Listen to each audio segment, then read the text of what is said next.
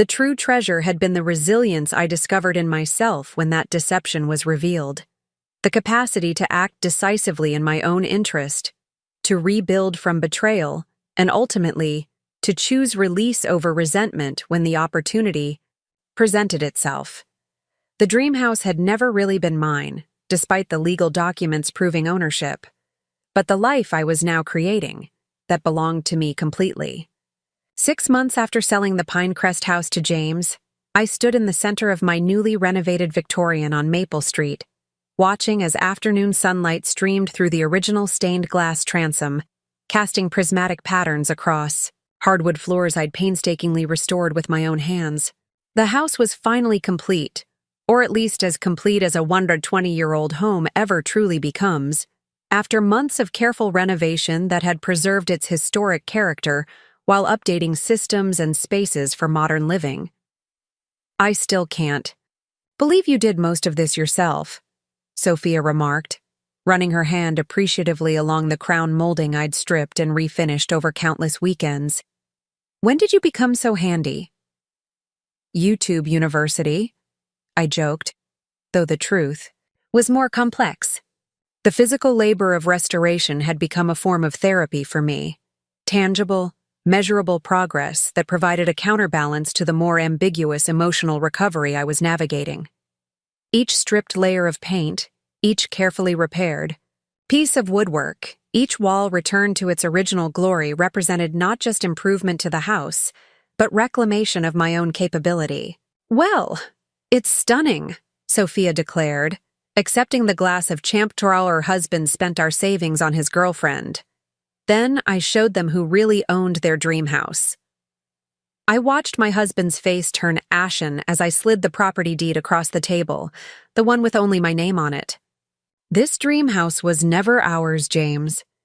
It was always mine." The stunned silence that fell over my parents' garden party was deafening. James stood frozen beside Olivia, my colleague of 3 years, both of them staring at the document like it was a venomous snake. The shock in his eyes when he realized I had discovered not only their affair, but also his scheme to drain our joint savings account was absolutely priceless. No one steals from a financial advisor and gets away with it, especially one who learned to read the fine print before signing anything. My mother's prized rose garden had always been the backdrop for our family's happiest moments, anniversaries, engagements, milestone birthdays. The century-old oak tree provided perfect shade for the elegant white tables arranged in a semicircle, crystal glasses catching the late afternoon sunlight, fine china gleaming. Today, it would witness the most dramatic confrontation our family had ever seen. A confrontation I had meticulously planned for weeks. Before we jump back in, tell us where you're tuning in from. And if this story touches you, make sure you're subscribed, because tomorrow, I've saved something extra special for you. I stood at the edge of the garden, watching guests arrive in their summer finery. My parents' Victorian home in Oak Ridge's Heritage District had always been my sanctuary, its wraparound porch and stained glass windows representing stability and family values. Values I thought James and I shared when we exchanged vows 4 years ago. "Elaine, sweetheart, is everything all right?" My mother, Helen, appeared beside me, her silver hair swept into an elegant updo, concern etched across her face. She had always been perceptive, especially when it came to her children. As a retired psychology professor, not much escaped her attention. "Everything's fine, Mom," I assured her, adjusting the sleeve of my emerald dress, the one James had always said made my eyes look their most striking. I'd chosen it deliberately today. "Just making sure everything's perfect for Dad's retirement celebration." Helen studied me carefully, unconvinced. "You've been distant all week. And you arrived hours early to help, but spent most of the time in your old bedroom with the door closed. You know you can tell me anything." For a moment, I considered confessing everything. About discovering James had withdrawn nearly $200,000 from our joint savings over the past 6 months, about finding the text messages between him and Olivia, planning their future together in what they called our dream house. about learning that the house I had poured my heart and finances into was intended to be their love nest, a house James believed was in both our names, never bothering to read the paperwork I'd prepared as the sole buyer. Instead, I patted my purse where the property deed and bank statements waited. "I know, Mom. Everything will make sense soon. I promise." Helen's eyes narrowed slightly, but she nodded, years of respecting her adult children's privacy winning out over motherly concern. "Your father is excited everyone's coming today. 40 years at the university deserves a proper send-off." I smiled genuinely at that. My father, Robert Mitchell, had been a pillar of the Oak Ridge University Economics Department for 4 decades. His retirement party had provided the perfect gathering for what I needed to do. Everyone would be here: my brother Daniel and his wife Rachel, my in-laws William and Margaret, James's sister Natalie and her husband Greg, and most importantly, James and his surprise guest. "They're here," Daniel called from the porch, his voice carrying across the garden. My brother had always been my protector, my confidant. When I'd told him fragments of what was happening 2 days ago, he'd offered to take care of James in ways that would have certainly involved broken bones.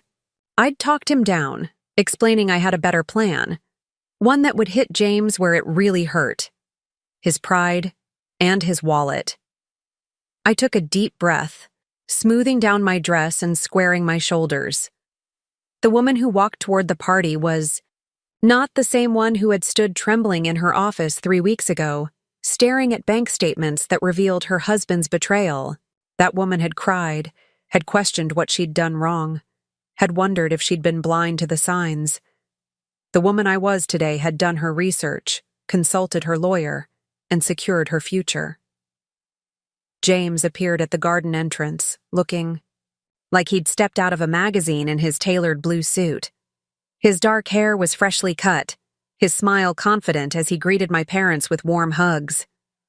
Behind him stood Olivia, her blonde hair cascading over bare shoulders exposed by a pale pink sundress. My colleague, my supposed friend. The woman who had been helping my husband select fixtures and finishes for my new house while planning to live there herself. "Elaine!" James called, his voice carrying that practiced warmth that had once made me feel like the center of his universe. "There you are, beautiful."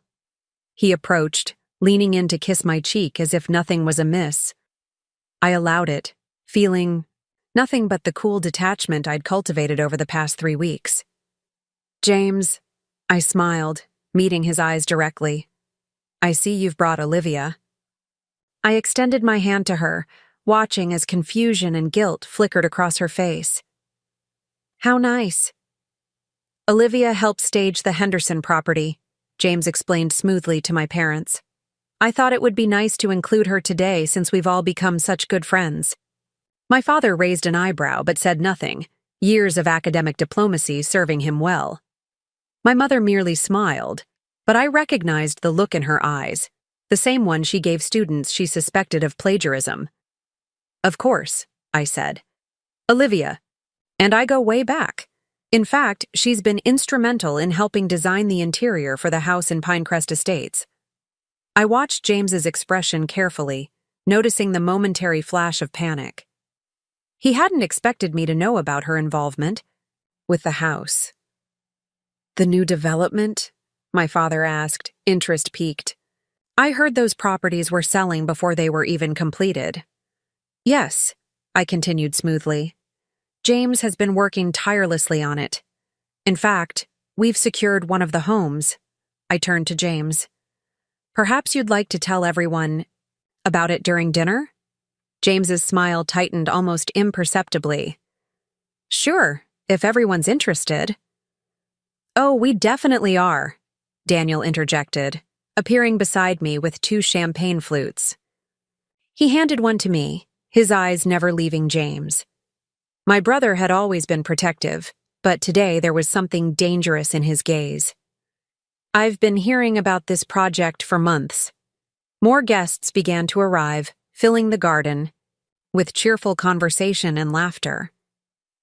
James drifted away to greet my in-laws, Olivia following closely behind.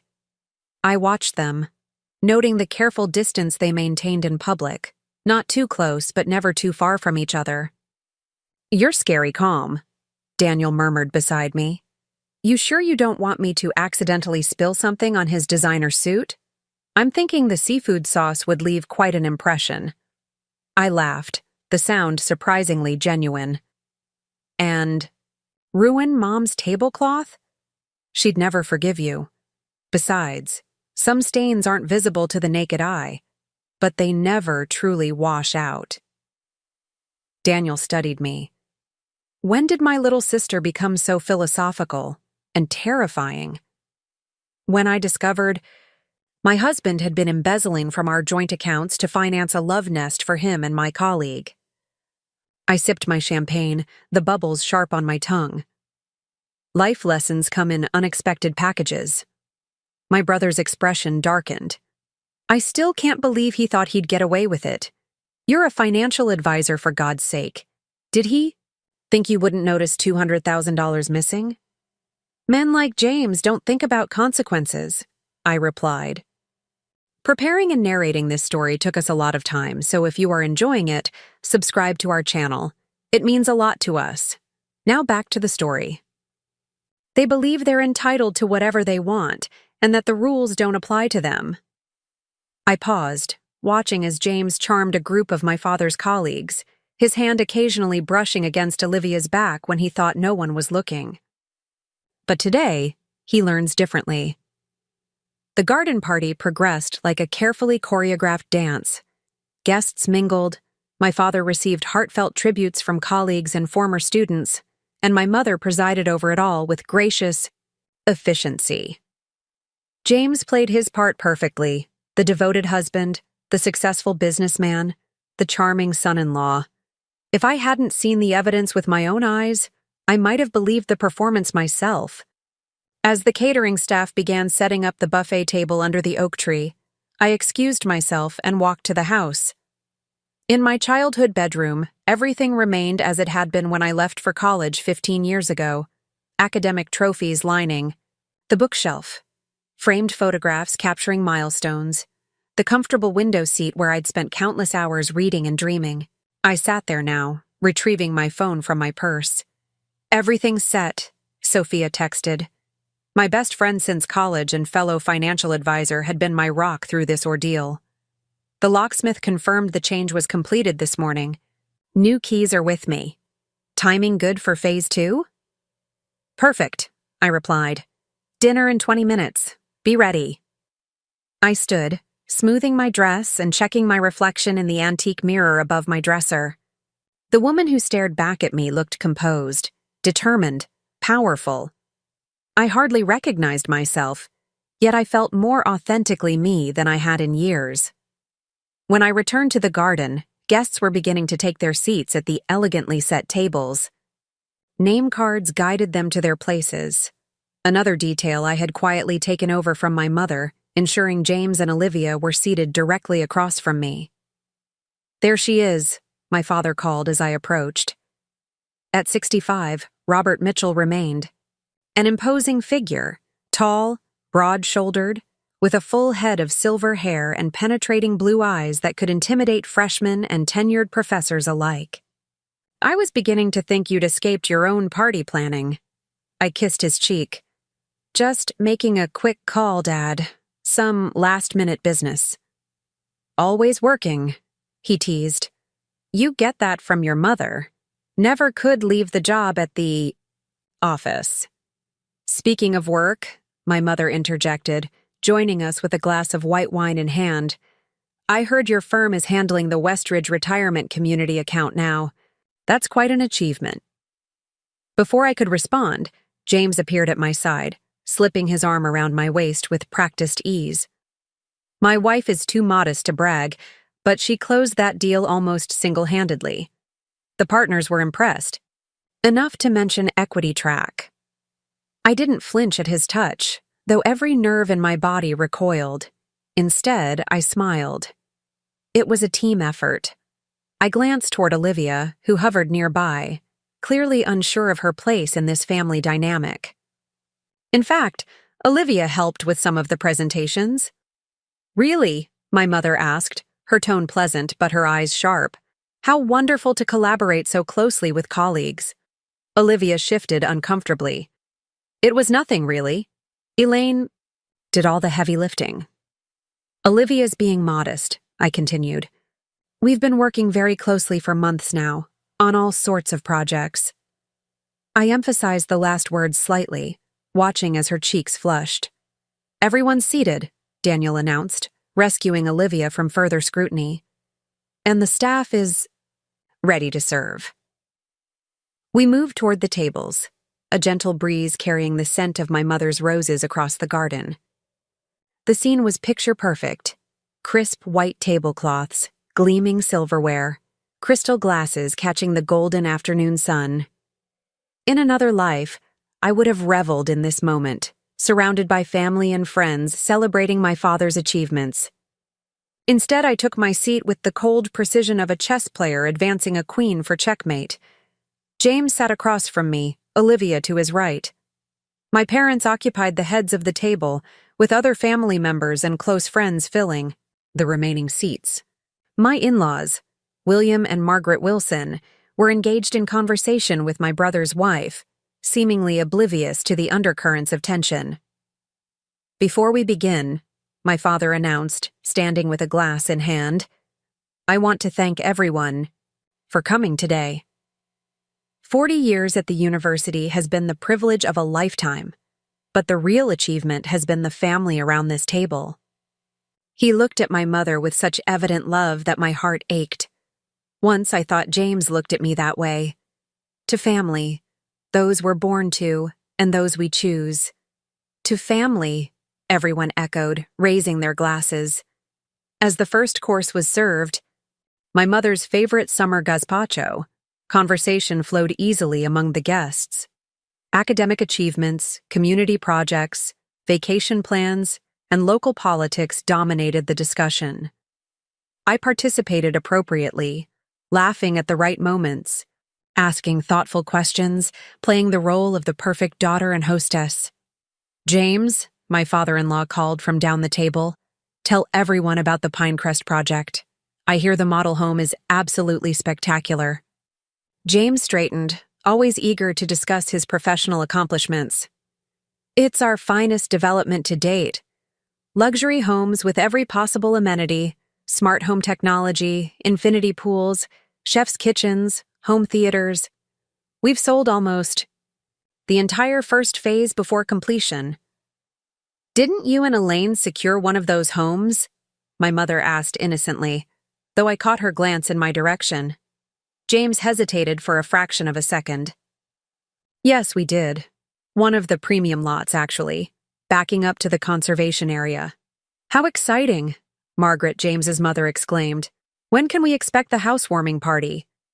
"Actually," I interjected, setting down my soup spoon, "I'd love to hear more about the interior design process. Olivia, since you've been so involved, perhaps you could share some details?" All eyes turned to Olivia, who froze mid-bite. She looked to James, who maintained his composure, though I noticed his knuckles whitening around his water glass. I've just been consulting," Olivia stammered, "making some suggestions based on current trends." "Don't be modest," I encouraged. "James tells me you've selected everything from the kitchen backsplash to the master bathroom fixtures. You have excellent taste." A heavy silence descended on the table. James cleared his throat. "Olivia has a great eye for design. We've incorporated some of her ideas into several of the Pinecrest properties." "Including ours?" I asked, my voice innocent, but my eyes challenging. "Some elements, yes," James conceded, clearly trying to navigate this conversation carefully. "But ultimately, all decisions were ours, yours and mine." I smiled, taking a sip of water. "Interesting. I don't recall approving blue Italian tile for the master shower, or the custom entertainment center in the basement." James's expression tightened. "We discussed those details, Elaine. Perhaps you don't remember." "Perhaps," I agreed. though I definitely would have remembered choosing furnishings for a house we haven't moved into yet. The delivery invoices were quite substantial. The tension around the table was palpable now. My mother-in-law looked confused, while my own parents exchanged glances. Daniel was watching the exchange with barely concealed satisfaction, while his wife Rachel studied her plate with sudden intense interest. "I think there's been some miscommunication," James said smoothly, his crisis management skills kicking in. "We discussed potential furnishings, but no final decisions have been made. Actually," I reached for my purse beneath the table. "I have the invoices right here. Paid from our joint savings account last week. $60,000 for furniture selected by and delivered to Olivia's design studio." I removed several, folded papers and placed them on the table. "Would you like to see them?" For the first time, genuine alarm flashed across James's face. He glanced at Olivia, whose complexion had gone from flushed to ashen. "This isn't the appropriate venue for this discussion, Elaine." "Oh? When would be appropriate? Perhaps when you and Olivia had moved into the house I paid for." I looked around the table. "I apologize for disrupting Dad's celebration, but I think everyone should know that James has been systematically emptying our joint savings account for the past 6 months to furnish a home he intends to share with Olivia, not me." Gasps and murmurs rippled around the table. My father half rose from his seat, but my mother placed a restraining hand on his arm. "Elaine," James hissed, "you're making a scene. Whatever you think you know." "I know exactly." "What's happening?" I interrupted, my voice steady. "I know about the $200,000 you've withdrawn. I know about the weekend trips to business conferences that were actually romantic getaways. I know you've been planning to leave me once the house was complete, thinking you'd walk away with half of everything, including a property I paid for." "You paid for?" James's mother interjected, confusion evident in her voice. "I thought you bought it together." "That's what James thought too," I replied, reaching into my purse again and extracting the property deed. "But he never actually read the paperwork I prepared. The house is solely in my name. The down payment came from my inheritance from grandmother. Money that was never part of our joint finances." I slid the deed across the table, watching as James's face turned ashen. "This dream house was never ours, James. It was always mine." The stunned silence that fell over the garden party was absolute. James stared at the document, then at me, comprehension and horror dawning in his eyes. "You can't do this," he finally said, his voice barely above a whisper. "I already have," I replied. "And that's not all." The weight of every eye at the table pressed against me, but I felt only a strange lightness. For months, I'd been carrying the burden of suspicion, then the crushing certainty of betrayal, and finally, the heavy mantle of vengeance.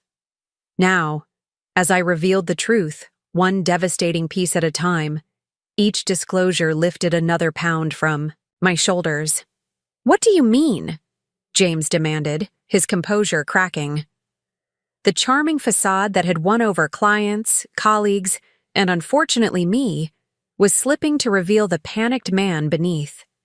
I reached into my purse again, extracting a slim folder containing bank statements, transaction receipts, and hotel invoices.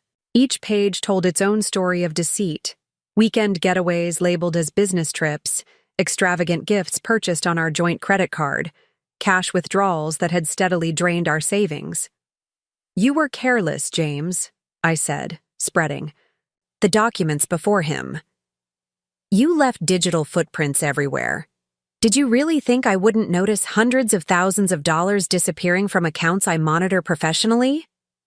Olivia shifted uncomfortably in her seat, eyes downcast. "James told me that money was his personal savings," she murmured, barely audible. "He said you'd agreed to keep finances separate." I laughed, the sound cutting through the tension like a blade. "Is that what he told you? Just like he told you his marriage was essentially over?" I turned back to James. You always did underestimate me. That was your first mistake. Elaine, my mother-in-law Margaret began, her voice strained. There must be some explanation. James wouldn't— He did, Mom, Natalie interrupted. James's sister had been silent until now, her expression pained as she looked between her brother and me. I saw them together at the Coppervine last month. James asked me not to say anything. Another betrayal. I hadn't known Natalie was aware of the affair. The revelation shouldn't have hurt. It was merely one more person who had chosen loyalty to James over honesty with me. Yet something in me flinched at this fresh wound. You knew? Margaret turned to her daughter, aghast. And you didn't tell us? He's my brother, Natalie said weakly. He promised it was temporary, that he would end it. And yet here we are. My father spoke for the first time since the confrontation began, his voice steady but cold with barely controlled anger. Robert Mitchell had always treated James like a son, mentoring him, introducing him to valuable contacts, even investing in his first major development project, with my daughter humiliated at her own family gathering.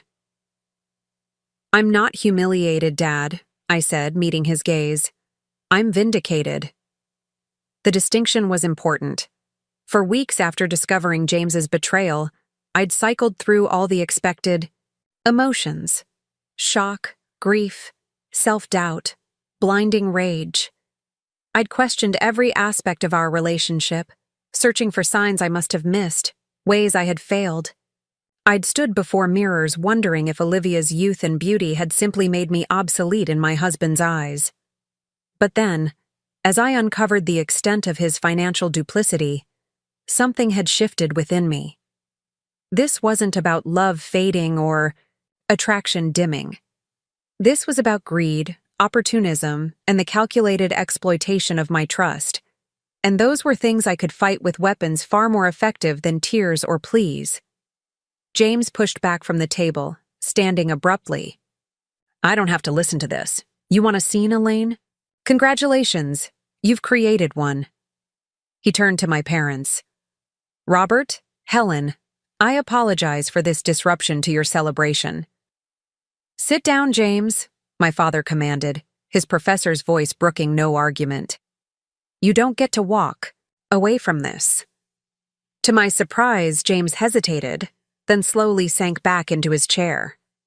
Even now, some part of him couldn't defy the man whose approval he'd sought for years. How long? William Wilson asked his son, disappointment etched into the creases around his eyes. James's father had built his accounting practice on principles of integrity and transparency, values he'd attempted to instill in his children. How long has this been going on? James remained silent, jaw clenched, so I answered for him. Based on the financial records, about 9 months. Though I suspect the emotional affair began long before that. I glanced at Olivia. Around the time she joined the Westridge project team and started attending all those late-night planning sessions, I imagine. Olivia flinched. It wasn't like that. We were just colleagues at first. Colleagues who exchanged over 2,000 text messages in a single month? I raised an eyebrow. I have the phone records, Olivia. March alone showed 2,247 messages between your numbers, many during hours when James was supposedly working late at the office. You checked my phone records? James demanded, indignation flaring. That's an invasion of privacy. The absurdity of his outrage almost made me laugh again. Says the man who's been invading our joint savings account to finance his affair. The account is in both our names, James. The phone is on our family plan, which I pay for. There was nothing illegal about my looking at those statements. This is ridiculous, he muttered, running a hand through his hair, a gesture I'd once found endearing in moments of stress. Now it just seemed calculated, another performance in his repertoire of charm. Whatever you think you know. I know that last month you closed on the Pinecrest house, listing me as co-owner without my signature? I cut in. That's fraud, James. I could press charges. His face drained of color. You wouldn't. No, I wouldn't, I agreed. Because fortunately for you, my lawyer caught it before the paperwork was processed. The title company was very apologetic when I showed them our previous correspondence indicating the house would be solely in my name. James glanced around the table, perhaps looking for sympathy or escape, but found neither. Even Olivia had created distance between them, her chair angled slightly away as if physically separating herself from his deceptions. I don't understand, Helen said, looking between James and me. Why would you put the house only in your name, Elaine? That's not like you. My mother had always been my moral compass, the voice urging fairness and compromise. She'd raised me to value partnership, equality, and trust in relationships.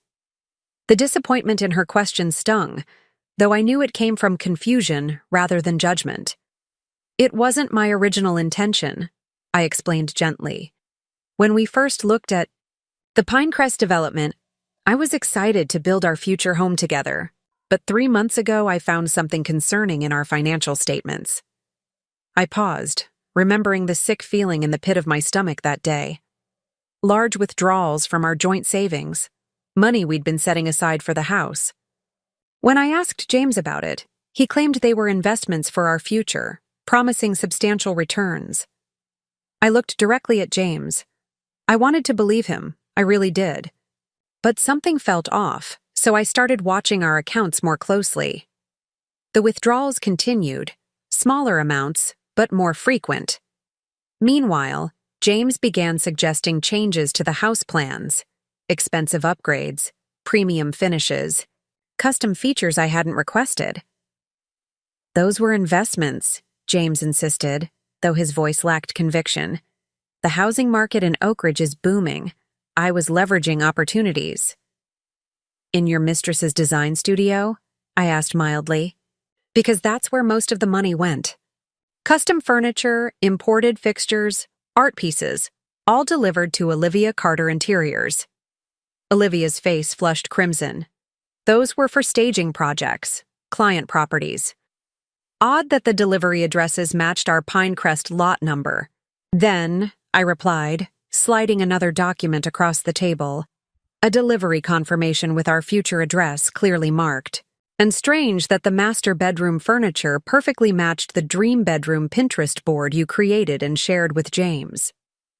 A soft gasp came from somewhere down the table, probably Rachel, my brother's wife, who understood the significance of such digital evidence.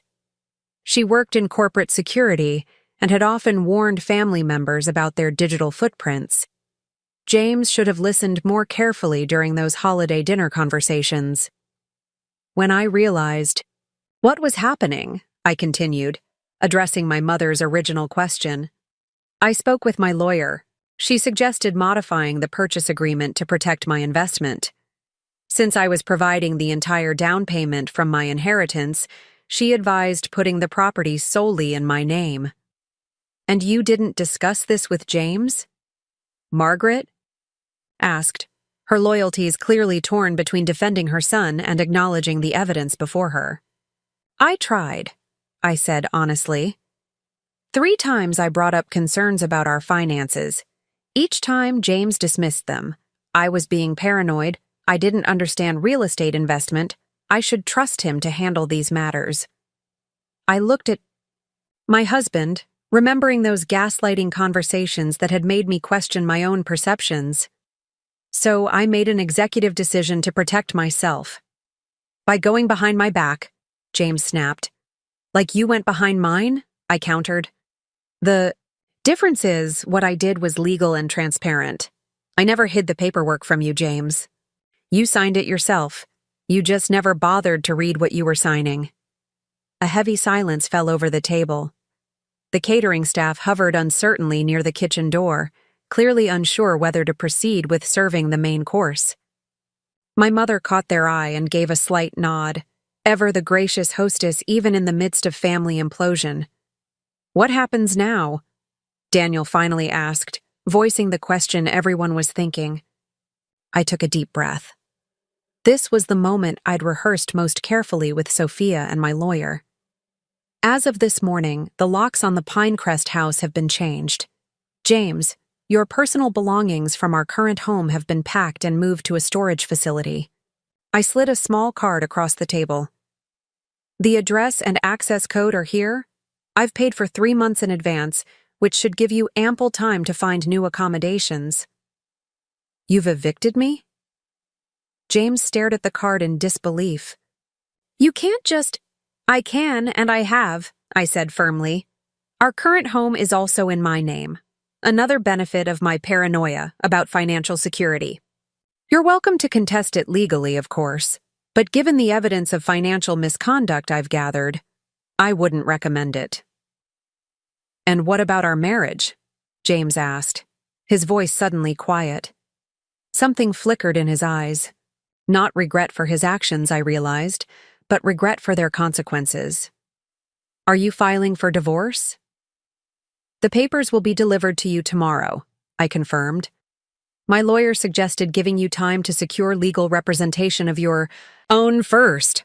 How considerate, he muttered bitterly. More consideration than you showed me when you were planning your exit strategy, I replied evenly. The difference is, I'm doing this legally and above board. Olivia, who had been increasingly shrinking into herself as the confrontation unfolded, suddenly stood. I should go. This is a family matter. Sit down, Olivia, I said, my tone leaving no room for argument. You became part of this family matter when you began sleeping with my husband and helping him spend my money. She sank back into her chair, face burning with humiliation. I felt a twinge of sympathy, not for her role in the affair, which had been fully informed and voluntary, but for her position now as collateral damage in James's implosion. I'm sorry, she whispered, addressing not just me but everyone at the table. It wasn't supposed to happen like this. How was it supposed to happen? My mother asked, genuine curiosity in her voice. Helen Mitchell had dedicated her career to understanding human behavior, and even now, her professional interest seemed piqued by the psychology of the situation. James said. Olivia hesitated, glancing at him. He said you'd already grown apart, that you were both staying together, for appearances, but living separate lives. He said once the house was finished, he would tell you he wanted a divorce, and you'd probably be relieved. A strangled sound came from my throat, not quite a laugh, not quite a sob. The audacity of his fiction was almost impressive. And you believed that? Despite seeing us together at company events, family gatherings, dinner parties, always seeming perfectly content? He said you were an excellent actress, Olivia admitted, not meeting my eyes. That you cared deeply about maintaining your perfect image. Projecting much, James? Daniel muttered, earning a sharp look from our mother. When did you realize the truth? I asked Olivia, genuinely curious. There must have been a moment when you suspected he was lying. She twisted her napkin in her lap. Last month, I found some anniversary cards in his car, ones you'd written to him. They didn't sound like someone who'd emotionally checked out of her marriage.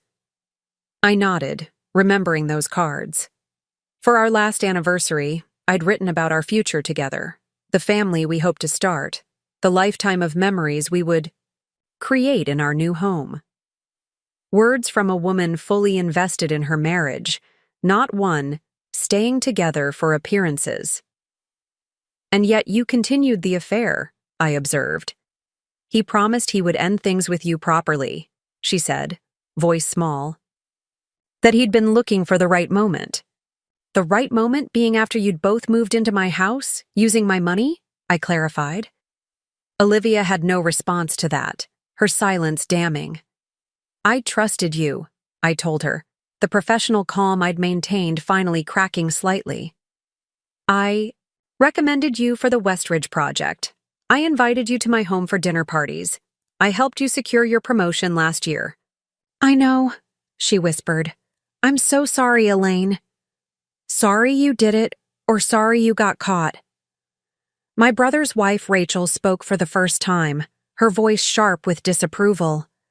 She and I had grown close over the years, sharing career advice and supporting each other in a corporate world that still presented unique challenges to ambitious women.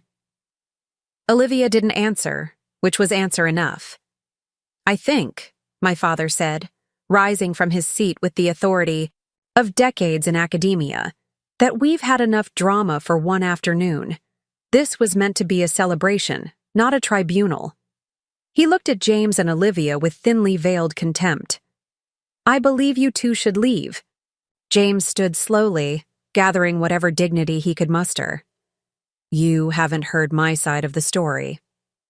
"Your bank statements told your side quite eloquently," my father replied coldly, "as did the documentation my daughter provided." For a moment, James looked as though he might argue further, but something in my father's expression stopped him. He turned to me instead. "This isn't over, Elaine.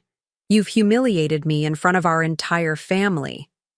"No, James," I corrected. "Him.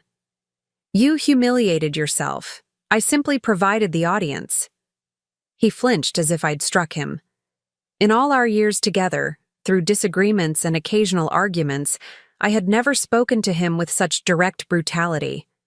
The Elaine he knew, the accommodating, conflict-avoidant wife who smoothed over awkward situations and made excuses for his absences, had vanished, replaced by someone he didn't recognize. "Let's go," he muttered to Olivia, who rose shakily from her chair. "One more thing," I said, reaching into my purse one final time. I extracted a small velvet jewelry box and placed it on the table. "Your grandmother's sapphire earrings, the ones you gave me for our first anniversary, claiming they were a family heirloom meant for your wife." I opened the box, revealing the stunning blue stones set in antique silver. Imagine my surprise when I found the receipt while going through our financial records. "You bought them 2 days before our anniversary, from Olivia's father's jewelry store," Margaret gasped. "You told us those were my mother's earrings." "Another lie," I confirmed, "but a revealing one. Even 3 years ago, James was spinning elaborate fictions." I pushed the jewelry box toward Margaret. "These rightfully belong to your family, or at least the story of them does. I'd like you to have them." This final gesture seemed to break something in James. The careful facade of controlled indignation crumbled, revealing raw, ugly anger beneath. "You've been planning this for weeks," he accused, "setting me up for public humiliation. This isn't about justice. It's about revenge." "Perhaps," I acknowledged, "though I prefer to think of it as consequences. Natural, logical consequences for choices you made fully aware of their potential costs." I met his gaze steadily. "You gambled with our future, James. You bet that I wouldn't discover your betrayal until after you'd secured what you wanted. You lost." He held my gaze for a long moment, perhaps searching for some flicker of the woman he'd married. The one who might still be persuaded, manipulated, or charmed into forgiveness. Finding none, he finally turned away. "This isn't the end," he said again, but the threat sounded hollow even to my ears. "Actually, it is," I replied with finality. "Goodbye, James." I watched as he and Olivia made their way through the garden, past shocked guests pretending not to stare, beneath the wisteria-covered arbor where James and I had once posed for engagement photos, and finally out of sight around the corner of my childhood home. An uncomfortable silence descended over the table. The catering staff, who had been maintaining a respectful distance during the confrontation, now approached hesitantly with the main course. My mother, ever gracious, nodded for them to proceed. "Well," my father said, attempting to reclaim some normalcy. "I suppose this wasn't quite the retirement celebration we had planned?" A ripple of nervous laughter broke the tension. Daniel raised his wine glass. "To Dad's retirement," he said firmly. "And to my sister, who just demonstrated why she's the financial genius in the family." "Daniel," my mother admonished, though a small smile played at her lips. "No, he's right," William Wilson spoke up, his voice gruff with emotion. "Elaine, we had no idea what James was doing. If we'd known—" "You couldn't have known," I assured him, feeling a surge of sympathy for my in-laws. They were casualties. In this, too, their image of their son forever altered by today's revelations. James was careful to compartmentalize his life. It's what made him successful in business, and apparently in deception as well.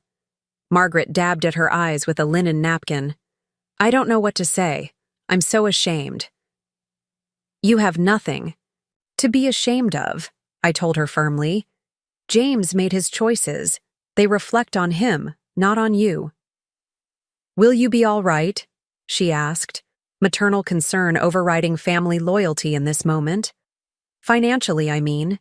If he's taken so much—" "I'll be fine," I assured her. "Once I became suspicious, I took steps to protect our most significant assets. The damage is substantial, but not catastrophic." "And emotionally?" my mother asked quietly. That question was harder to answer honestly. The cold, methodical focus that had carried me through the past 3 weeks had served its purpose, allowing me to execute my plan with precision.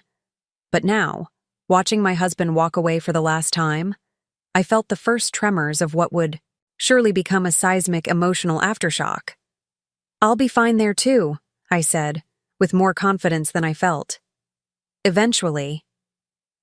"You will," Rachel asserted, reaching across the table to squeeze my hand. "And you have all of us." I looked around at the faces of my family, my parents, my brother and his wife, even my former in-laws who seemed shell-shocked, but firmly in my corner. The tableau was missing 2 people who should have been there, but their absence was a wound that would heal cleaner than their duplicitous presence.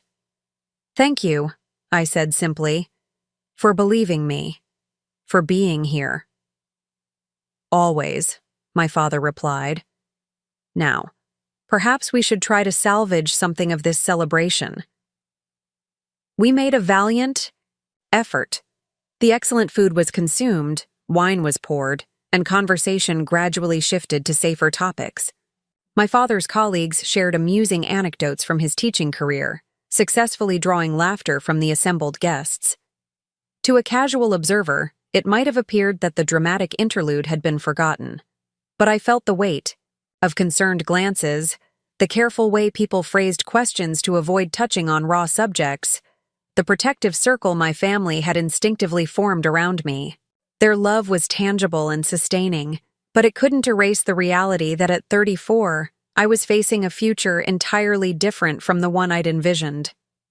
As the afternoon waned and guests began to depart, I found myself drawn to the old oak tree at the edge of the garden. Its massive trunk and spreading branches had witnessed my childhood games, teenage confidences, and now the dissolution of my marriage. I pressed my palm against its rough bark, drawing strength from its enduring presence. "This wasn't how I imagined spending Dad's retirement party," Daniel said, joining me beneath the dappled shade. Though I have to say, as family drama goes, it was impressively executed. I smiled despite myself. Not exactly the legacy I was hoping to create. "Are you kidding? You'll be family legend after this. Future generations will speak in hushed tones about the day Aunt Elaine systematically dismantled Uncle James's entire life in the middle of Sunday dinner." He bumped my shoulder gently with his. "Seriously, though, I'm proud of you." "For publicly humiliating my husband and his mistress?" "For refusing to be a victim," he corrected. "For using that terrifying brain of yours to protect yourself instead of falling apart. Though," he added, studying my face, "it would be completely understandable if you wanted to fall apart a little now. The audience has left." The simple permission in his words unlocked something in my chest. The first sob caught me by surprise. A harsh, broken sound that seemed to come from someone else. Then another, and another, until I was weeping in my brother's arms, great heaving sobs that bent me double with their force.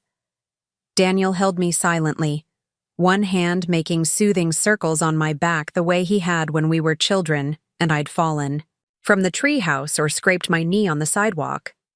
Some hurts could only be endured, not fixed, and he'd always understood the difference.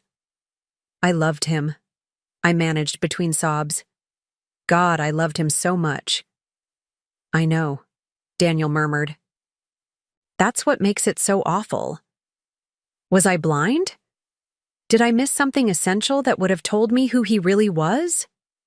No, he said firmly. James showed everyone exactly what he wanted them to see, even me, and I'm naturally suspicious of anyone who wears pocket squares. That startled a watery laugh from me. He did love his pocket squares. Pretentious as hell, Daniel agreed, smiling. But seriously, Elaine, this isn't on you. Some people are just skilled at compartmentalizing their lives. James had us all fooled. I straightened, wiping my eyes with the back of my hand. Not all of us, apparently. Natalie knew. Daniel's expression darkened.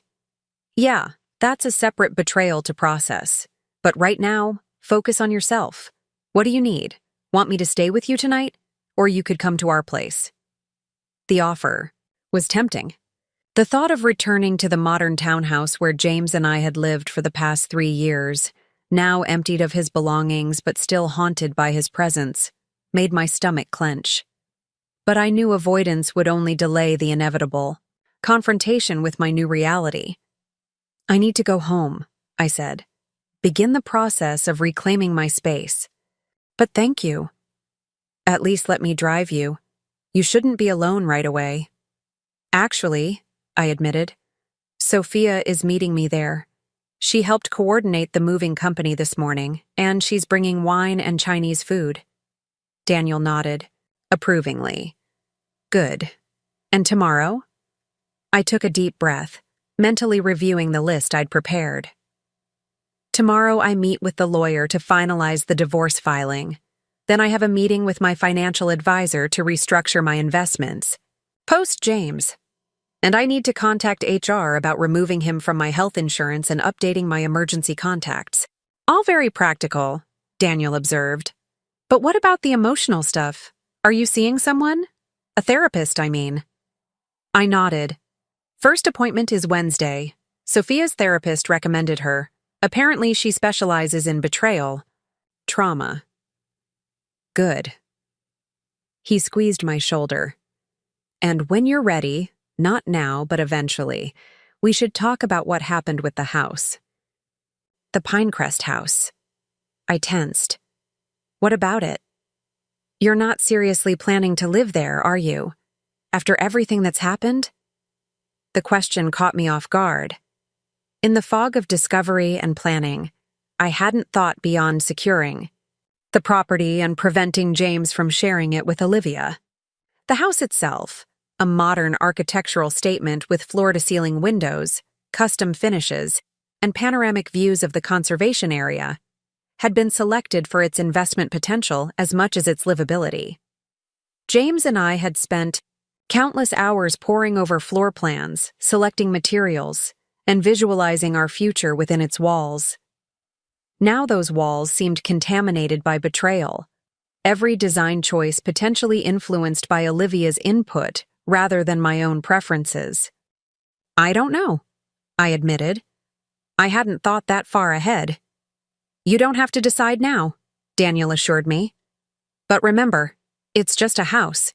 Your victory was keeping it out of their hands, not necessarily living in it yourself. I nodded, grateful for his perspective. The house, like my marriage, represented a future that no longer existed. Whether I chose to reclaim and repurpose it or let it go entirely was a decision for another day. Elaine? My mother's voice called from the patio. Are you ready to go, sweetheart? I turned toward her voice, seeing both my parents standing, together, concern evident in their postures even at a distance. They had weathered their own storms in 40 years of marriage, though nothing quite like the tempest that had swept through today's celebration. Coming, Mom, I called back, then turned to Daniel. Thank you for everything. That's what big brothers are for, he said simply, beating up playground bullies and supporting sisters through catastrophic marriage implosions. I smiled despite myself. I'm going to be okay, aren't I? More than okay, he affirmed. You're going to be magnificent. The best revenge isn't just living well, it's thriving. As we walked back toward our parents, the late afternoon sun gilded the garden. In honeyed light, the remnants of the party, scattered napkins, half-empty glasses, abandoned conversation groups, would be cleaned up and packed away, just as I would need to sort through the wreckage of my marriage and decide what to preserve and what to discard. The process would be painful, messy, and undoubtedly longer than I wanted. But looking at my family waiting for me, I felt the first fragile tendrils of something that might eventually grow into hope. Not for reconciliation, that door had closed permanently today, but for reconstruction. For a future built on a foundation of my own design, unburdened by deception. A future that, for the first time in years, belonged entirely to me. The townhouse felt different when I returned that evening. Emptier, certainly, with James's belongings removed, but somehow fuller with possibility. Sophia was waiting on the front steps, 2 large bags of takeout from Golden Dragon beside her, a bottle of expensive Merlot tucked under her arm. "Well?" she asked, rising as I approached. "How did Operation Public Humiliation go?" I couldn't help but smile at her directness. Sophia Ramirez had been my closest friend since our college days, the person who saw through my careful composure to the vulnerabilities beneath. In the 3 weeks since discovering James's betrayal, she had been my confidant, strategist, and occasional voice of reason when my plans veered toward the excessively vindictive. "It went exactly as planned," I admitted, unlocking the front door. "Though I'm not sure public humiliation was my primary goal." "Of course it was," Sophia countered, following me inside. "Along with financial security and not letting that bastard steal your house. But don't pretend you didn't want to see the look on his face when you dropped that bomb at your dad's party." I couldn't argue with that. The memory of James's expression when he realized the depth of my knowledge and the thoroughness of my countermeasures would likely sustain me through many difficult days ahead. The townhouse's open floor plan, once a selling point for its modern aesthetic and entertainment potential, now felt exposed and vulnerable. Without James's collection of architectural books and pretentious art pieces, the built-in shelves looked bare, the walls uncommitted. The space reflected my current state, stripped of its former identity but not yet redefined. "The movers got everything?" I asked, setting my purse on the kitchen island that had hosted countless dinner parties and casual brunches with friends who would now feel compelled to choose sides.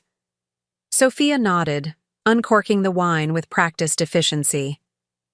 "Every last monogrammed dress shirt and leather-bound notebook, though I made them leave anything I thought might be jointly owned or sentimental to you." She gestured toward the hall closet. "There's a box in there with photos and stuff I wasn't sure about." "Thank you." I accepted the generously poured glass of wine she offered. "For everything. I couldn't have managed today without knowing this part was handled." "Please," Sophia waved away my gratitude. "After what you did for me during the Peterson divorce, I owed you at least 3 covert household operations." As a divorce attorney specializing in high-asset separations, Sophia had seen the worst of marital dissolution. Her pragmatic advice had been invaluable in preparing my strategy. We settled on the living room sofa with our wine in containers, of sesame chicken and vegetable lo mein, the normality of the ritual at odds with the exceptional circumstances. "So," Sophia prompted, twirling noodles around her fork, "walk me through it. Don't spare any details." I recounted the afternoon's events, James's arrival with Olivia, the gradual building of tension throughout the meal, the strategic revelation of evidence, and finally, their ignominious departure under my father's stern dismissal. "God, I wish I could have seen it," Sophia sighed when I finished, Especially Margaret's face when you handed her those earrings. That was a particularly inspired touch. It wasn't about inspiration, I admitted. I genuinely wanted her to have them. They're beautiful pieces, and the fact that James lied about their provenance says more about him than their actual origin. Sophia studied me over the rim of her wine glass. You're being remarkably generous toward his family, considering the circumstances.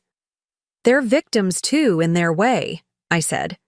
Margaret and William didn't raise their son to be unfaithful or deceitful. Finding out who he really is, that's its own kind of loss. And Natalie? Miss, I saw them together but didn't tell you? I sighed, the hurt of that particular betrayal still fresh. That's more complicated. I understand family loyalty, but she should have told you, Sophia finished firmly. There's loyalty, and then there's enabling someone to hurt others. She crossed that line. We ate in silence for a moment, the weight of the day settling around us like dust after an explosion. Finally, Sophia set down her container and fixed me with her attorney's gaze, the one she used to assess whether clients were withholding information. How are you really? Elaine? Not the financial advisor who outmaneuvered her cheating husband. Not the poised daughter putting on a brave face for her family. You. The woman who woke up 3 weeks ago and discovered her life was built on quicksand.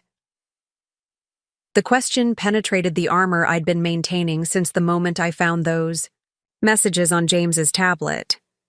My hand trembled slightly as I set down my wine glass. I don't know, I admitted, the words barely audible. I've been so focused on what to do that I haven't really processed how I feel. Angry, obviously. Betrayed. Humiliated. I paused, considering emotions I hadn't allowed myself to fully acknowledge. Terrified. Of what? Sophia prompted gently. Of starting over at 34. Of trusting anyone again. Of looking back and realizing our entire relationship was a calculation on his part. The fears tumbled out, gaining momentum. What if there were signs all along that I missed? What if this is just who James always was, and I was too infatuated to see it? What does that say about my judgment? It says you're human, Sophia replied without hesitation. Even the most intuitive, observant people can be deceived by someone determined to present a false front, especially when that person is someone they love and trust implicitly. But I'm a financial advisor, I protested. I literally get paid to spot discrepancies and evaluate risk. How did I miss this? Because you weren't evaluating your husband. Like a financial portfolio, Sophia pointed out. That's not how love works. We don't apply the same analytical skills to our personal relationships that we do to our professional lives. I recognized the wisdom in her words, though they did little to ease the hollow feeling that had taken residence in my chest since discovering James's betrayal. The professional part of me had responded to the crisis with methodical problem-solving. The emotional part remained in shock, cycling between disbelief, rage, and profound sadness. I keep thinking about the future we planned, I confessed. The family we talked about starting once the house was finished. Was any of that real for him? Or was he just buying time until he could leave? Sophia reached across the sofa to squeeze my hand. I don't know, Elaine. And the terrible truth is, you may never know exactly when or how or why James changed. But that uncertainty doesn't invalidate the life you built or the person you are. I feel like such a fool, I whispered, voicing the thought that had haunted me most persistently. Everyone will be talking about this. How successful, competent Elaine Wilson didn't even realize her husband was planning to leave her for her colleague. For about 5 minutes, Sophia agreed pragmatically. Then they'll move on to the next scandal. But what they'll remember long-term is how you handled it, with dignity, intelligence, and a healthy dose of well-deserved vengeance. I smiled, despite myself. You make it sound admirable rather than petty. It's both, she shrugged. And that's okay. You're entitled to your righteous anger, Elaine. You earned it.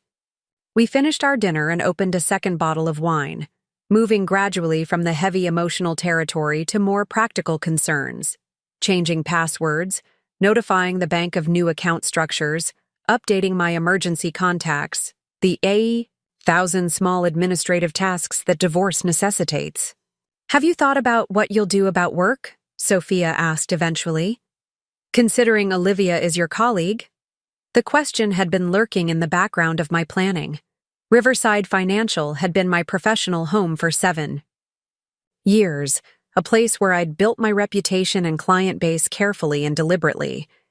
The thought of leaving felt like conceding yet another loss to James's betrayal. I'm not resigning, I said firmly. I was there first. I've got seniority, and frankly, I'm more valuable to the firm. That's my girl, Sophia approved. Make her squirm, though it might get awkward. There's a satellite office opening in the West Ridge development next month, I explained. I've already spoken to Douglas about transferring my practice there. He's been wanting someone with my client roster to anchor the new location. Always 3 steps ahead, Sophia mused. James never stood a chance, did he? He had every chance, I corrected her. He chose deception instead of honesty, betrayal instead of loyalty. Those choices have consequences. By midnight, Sophia had helped me remove the last visible traces of James from the main living areas. We'd rearranged furniture, repositioned art, and even ordered new bedding for what had been our shared bedroom, but would now be exclusively mine. The physical transformation of the space paralleled the internal restructuring I was undertaking, painful but necessary. Stay tonight, I urged as she gathered her purse and keys. It's late, and you've had wine. I'm fine, she assured me. And you need this first night alone. It's part of the process. I knew she was right, though the thought of rattling around the townhouse by myself filled me with trepidation. The emptiness would force me to confront emotions I'd been holding, at bay through action and planning.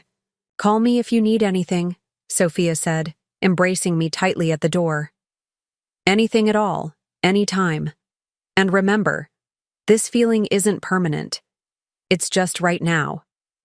After she left, I moved through the townhouse methodically, checking locks, adjusting thermostats, completing the nightly routine that had once been shared but now fell solely to me. In the master bathroom, I paused before the double vanity, staring at the empty space where James's electric razor, expensive skincare products, and monogrammed towel had once resided. The silence of the house pressed against my ears, broken only by the soft whir of the central air conditioning and the distant hum of traffic on the main road. Without James's presence, his large personality, his constant motion, his endless stream of ideas and opinions, the space felt both eerily quiet and strangely peaceful. I slept fitfully that first night alone, drifting between consciousness and troubled dreams, where James and Olivia laughed at my naivete, while lounging in a house that looked suspiciously like the Pinecrest property. I woke before dawn, gritty-eyed, and exhausted but determined to face the day with the same composure I'd maintained throughout the confrontation. My morning routine, once calibrated to accommodate James's preferences and schedule, now belonged entirely to me. I lingered over coffee on the balcony, watching the neighborhood come alive as the sun rose. No need to rush breakfast or keep the coffee pot from making that gurgling noise that annoyed James. No careful selection of clothes based on who he might be meeting that day, or which colors he thought flattered me best. Small freedoms, but significant ones. By 9, I was dressed, in a tailored navy suit that projected exactly the image I wanted for my meeting with the lawyer: competent, composed, formidable. The woman who stared back from the mirror looked like someone who knew exactly what she was doing, someone not to be underestimated. I held on to that image as I gathered the final documents for the divorce filing. Sophia had recommended Catherine, Montgomery, a partner at Hamilton, Montgomery and Reed, who specialized in high-conflict divorces involving financial misconduct. I'd met with her initially to understand my options, then again to develop our strategy once I'd gathered sufficient evidence of James's activities. "The documentation you've compiled is exceptional," Catherine had remarked during our last consultation. "Most clients come to me with suspicions and hurt feelings. You've brought me a complete case." Her office occupied the 12th floor of the Oak Ridge Financial Center, its corner windows offering panoramic views of downtown and the river beyond. The reception area conveyed exactly the impression a high-end divorce attorney would want: tasteful but intimidating, with abstract art that suggested conflict and resolution, comfortable seating that nevertheless discouraged prolonged waiting.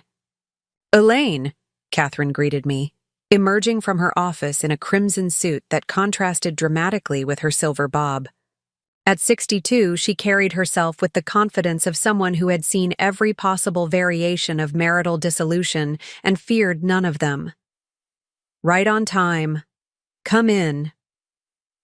I followed her into the spacious office, taking the offered seat. Across from her imposing desk, a conference table occupied one corner, covered with neatly arranged folders that I recognized as my case files. "How did the confrontation go?"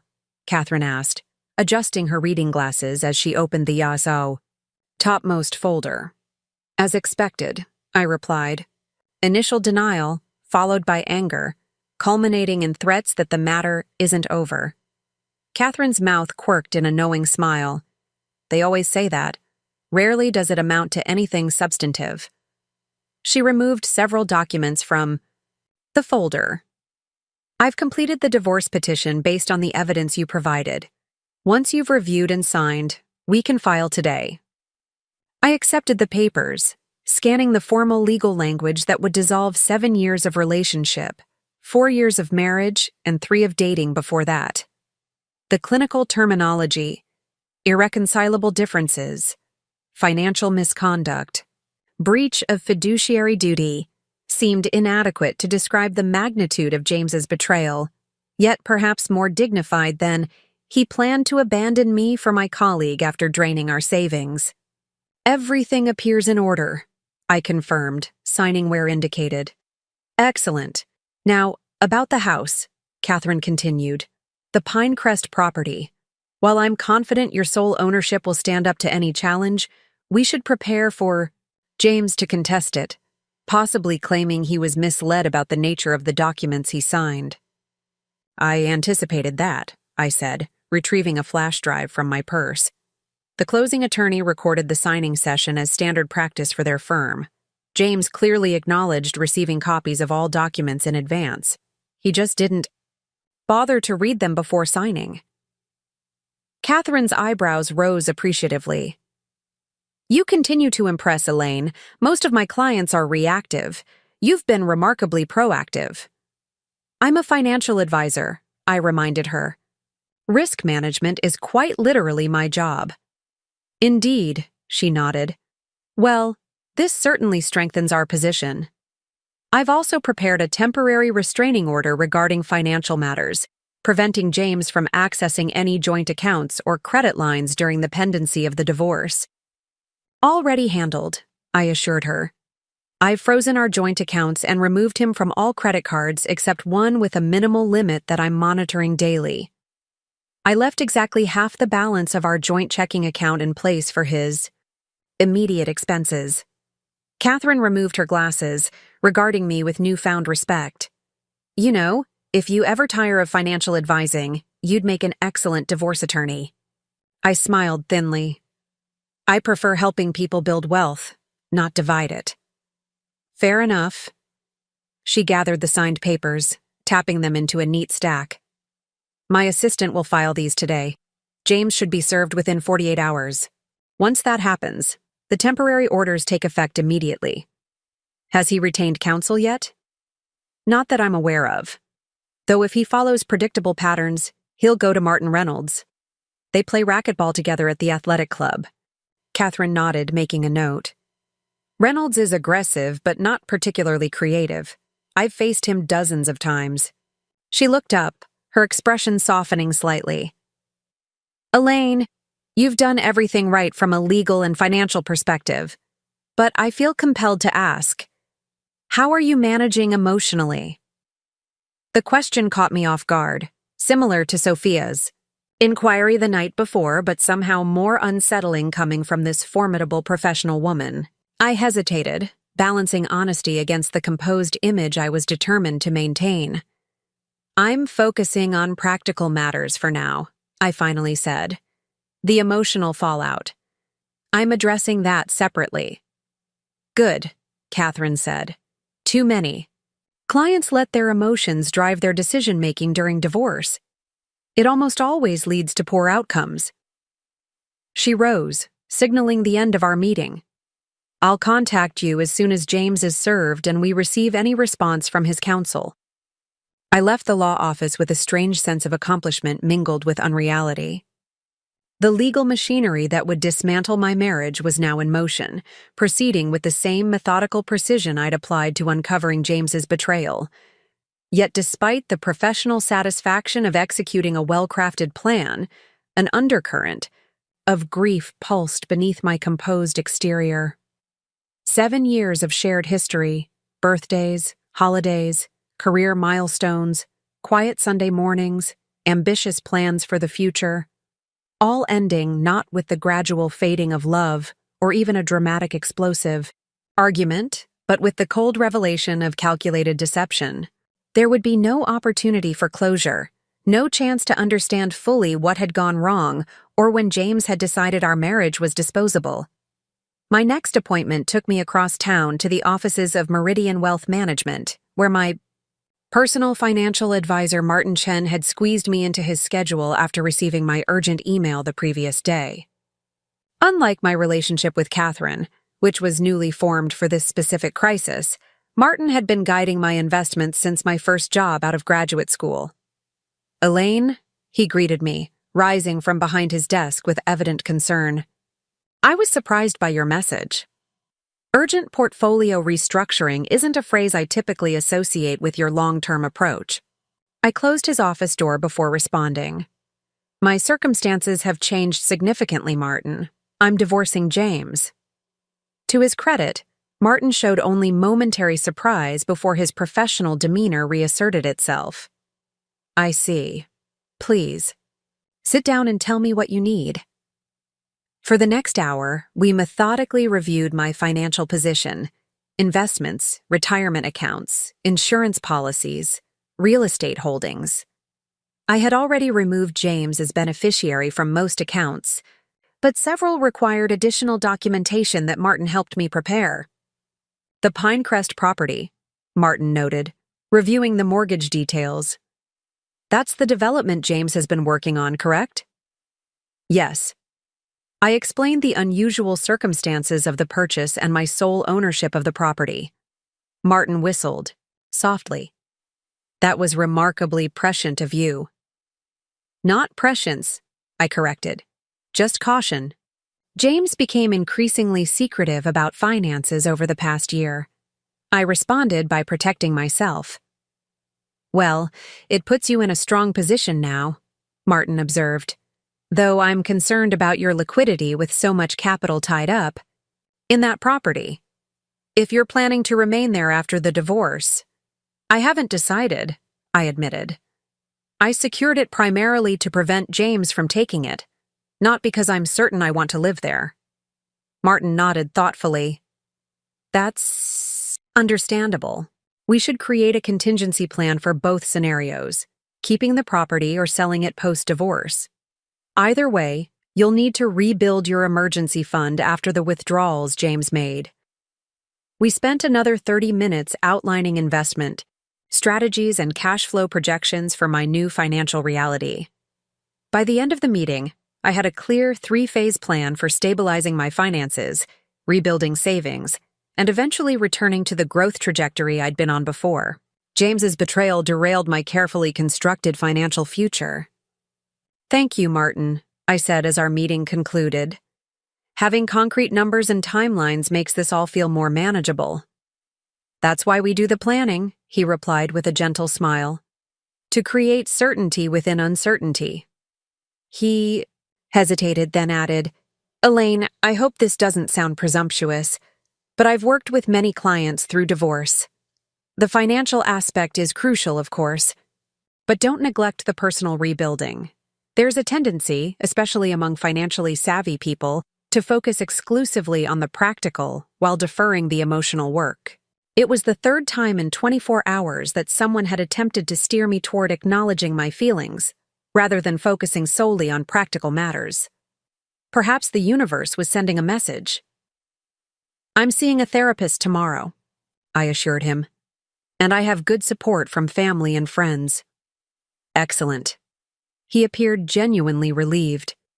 Then I'll focus on the numbers and leave the rest to the appropriate experts.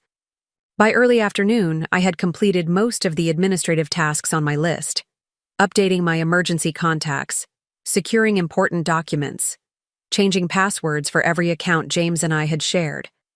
Each step methodically erased his access to the infrastructure of my life, severing connections that had once seemed permanent and essential. The last stop on my post-confrontation agenda was Riverside Financial Group, where I needed to meet with human resources about insurance changes and speak with the managing partner about my planned transfer to the Westridge office. I had taken 2 personal days following the confrontation, anticipating the administrative whirlwind of initiating divorce, but I knew rumors would already be circulating. Financial services was a small world in Oak Ridge, and news of James Wilson's public disgrace would travel quickly. The firm occupied 5 floors of a gleaming glass tower downtown, its reception area designed to convey both prosperity and discretion, qualities our wealthy clients valued above all else. As I stepped off the elevator, I straightened my shoulders and arranged my features into the professional mask I'd perfected over years of client meetings during personal crises. Whatever chaos my private life contained, my professional persona would remain unflappable. Elaine, Douglas Moore, the managing partner, emerged from the conference room as I passed. I didn't expect to see you today. Everything all right? His concerned expression suggested he'd already heard something, though perhaps not the full story. I had some HR matters to address, I replied smoothly. And I wanted to confirm details about the Westridge office transition. Do you have a few minutes? Of course. He gestured toward his corner office. Come in. Douglas had been my mentor since I joined the firm as a junior advisor, recognizing my analytical skills and client rapport as assets worth developing. At 58, he had built Riverside Financial from a small independent practice to one of the region's most respected wealth management firms. His opinion mattered to me professionally, but also personally, making this conversation particularly challenging. I'll be direct, I said once his office door closed behind us. I'm divorcing James. The situation has become untenable, and it involves another staff member, Olivia Carter. Douglas's expression shifted from concern to shock. Olivia? From the Westridge team? Yes, she and James have been involved for some time. I discovered the relationship several weeks ago, along with evidence that James had been misappropriating joint funds to finance their future together. I delivered the information clinically, as if discussing an underperforming investment rather than the collapse of my personal life. Douglas listened without interruption, his expression growing increasingly grave. Elaine, I don't know what to say. This is unexpected. James always seemed so devoted to you. Appearances can be deceiving, I replied, the understatement of the century. I'm telling you this not to seek sympathy or to damage Olivia's position here, but because it directly impacts my request to transfer to the Westridge office. Working in proximity to her would be professionally challenging for us both. Douglas nodded slowly, processing the implications. I understand completely. The Westridge transfer is yours, effective immediately if that's what you need. We can accelerate the timeline we discussed last month. Thank you. I appreciate your flexibility. I hesitated, then added, I should note that my client relationships and service standards won't be affected by these personal circumstances. I've taken measures to ensure complete separation between my professional and personal situations. I never doubted that for a moment, Douglas assured me. Your professionalism has always been exemplary, Elaine. That's why you're precisely who we need to establish our presence in Westridge. He paused, clearly weighing his next words carefully. Regarding Olivia, I'm not asking for any action against her, I interjected, anticipating his concern. What happened in my marriage isn't ultimately Riverside's responsibility to address. The transfer will create sufficient distance for both of us to continue our work without daily interaction. Relief flickered across Douglas's face. Workplace romances gone wrong created potential liability issues that managing partners dreaded, especially in a client-facing industry where trust and stability were paramount. That's very measured of you, he said finally. But if the situation changes or becomes unworkable, please come to me immediately. Your well-being and continued success here are priorities for me personally and for the firm. Our conversation shifted to the practical details of the transfer: timeline, client notifications, office space requirements. By the time I left Douglas's office, the foundation for my professional transition was solidly in place, another piece of my post-James future secured through careful planning and clear communication. As I crossed the office toward the elevator, a familiar voice called my name. I turned to find Ryan Cooper, James's closest friend at the firm and frequent enabler of his late nights at the office, approaching with an expression of forced casualness that immediately put me on alert. Elaine, hey, didn't expect to see you here today. Everything okay? His eyes didn't quite meet mine, focusing somewhere over my left shoulder. Everything's fine, Ryan, I replied coolly, just handling some administrative matters. He shifted, uncomfortably, adjusting his tie in a nervous gesture I recognized from client meetings when he was delivering disappointing performance news. Listen, about James. He called me this morning. He's pretty upset. I imagine he is, I interrupted. Finding out your embezzlement has been discovered and your exit strategy thwarted would be upsetting for anyone. Ryan blanched. Embezzlement? Come on, Elaine. That's a bit extreme. Is it? I stepped closer, lowering my voice to ensure our conversation remained private. You knew, didn't you, about James and Olivia? All those times you corroborated his stories about working late or weekend conferences. You were covering for him. The guilt in Ryan's expression confirmed my suspicion before he could formulate a denial. I felt a fresh wave of betrayal, not just from James and Olivia, but from this entire circle of supposed friends who had watched my marriage disintegrate while saying nothing. It wasn't my place to get involved, Ryan protested weakly. James is my friend, but so are you. I told him he was making a mistake. Save it, I said, my voice surprisingly steady despite the anger simmering beneath the surface. I'm not interested in your after-the-fact conscience. If James sent you to plead his case or gather intelligence, you can tell him all communication should go through our respective attorneys from now on. I turned to leave, unwilling to prolong the encounter, but Ryan caught my arm gently. Elaine? Wait! It's not like that. James is staying at my place right now. He's a mess. He said you emptied your house of his things without warning. Without warning? I repeated incredulously. Like he was planning to leave me without warning once the Pinecrest house was ready? After draining our savings for his future with Olivia? I shook off his hand. Ryan, whatever friendship we had is collateral damage in this situation. I suggest you maintain a professional distance going forward. The elevator arrived with a soft chime, offering escape from the increasingly uncomfortable conversation. As the doors closed between us, I caught a glimpse of Ryan's expression, a mixture of guilt, concern, and something that might have been admiration. The complexity of other people's reactions to my situation was yet another aspect I hadn't fully anticipated in my meticulous planning. By the time I returned to the townhouse that evening, the adrenaline that had propelled me through the day's appointments was fading, leaving exhaustion in its wake.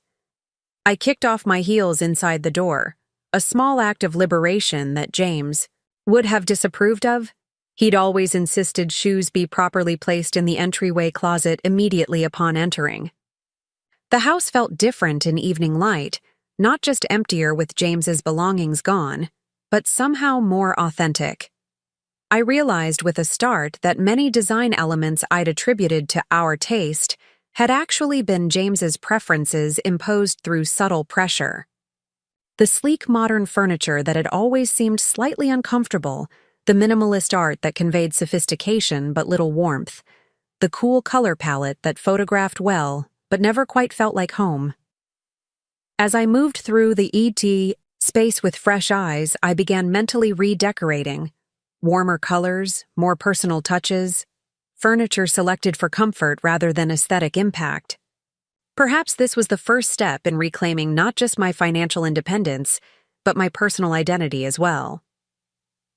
The phone call came exactly 23 days after I'd served James with divorce papers.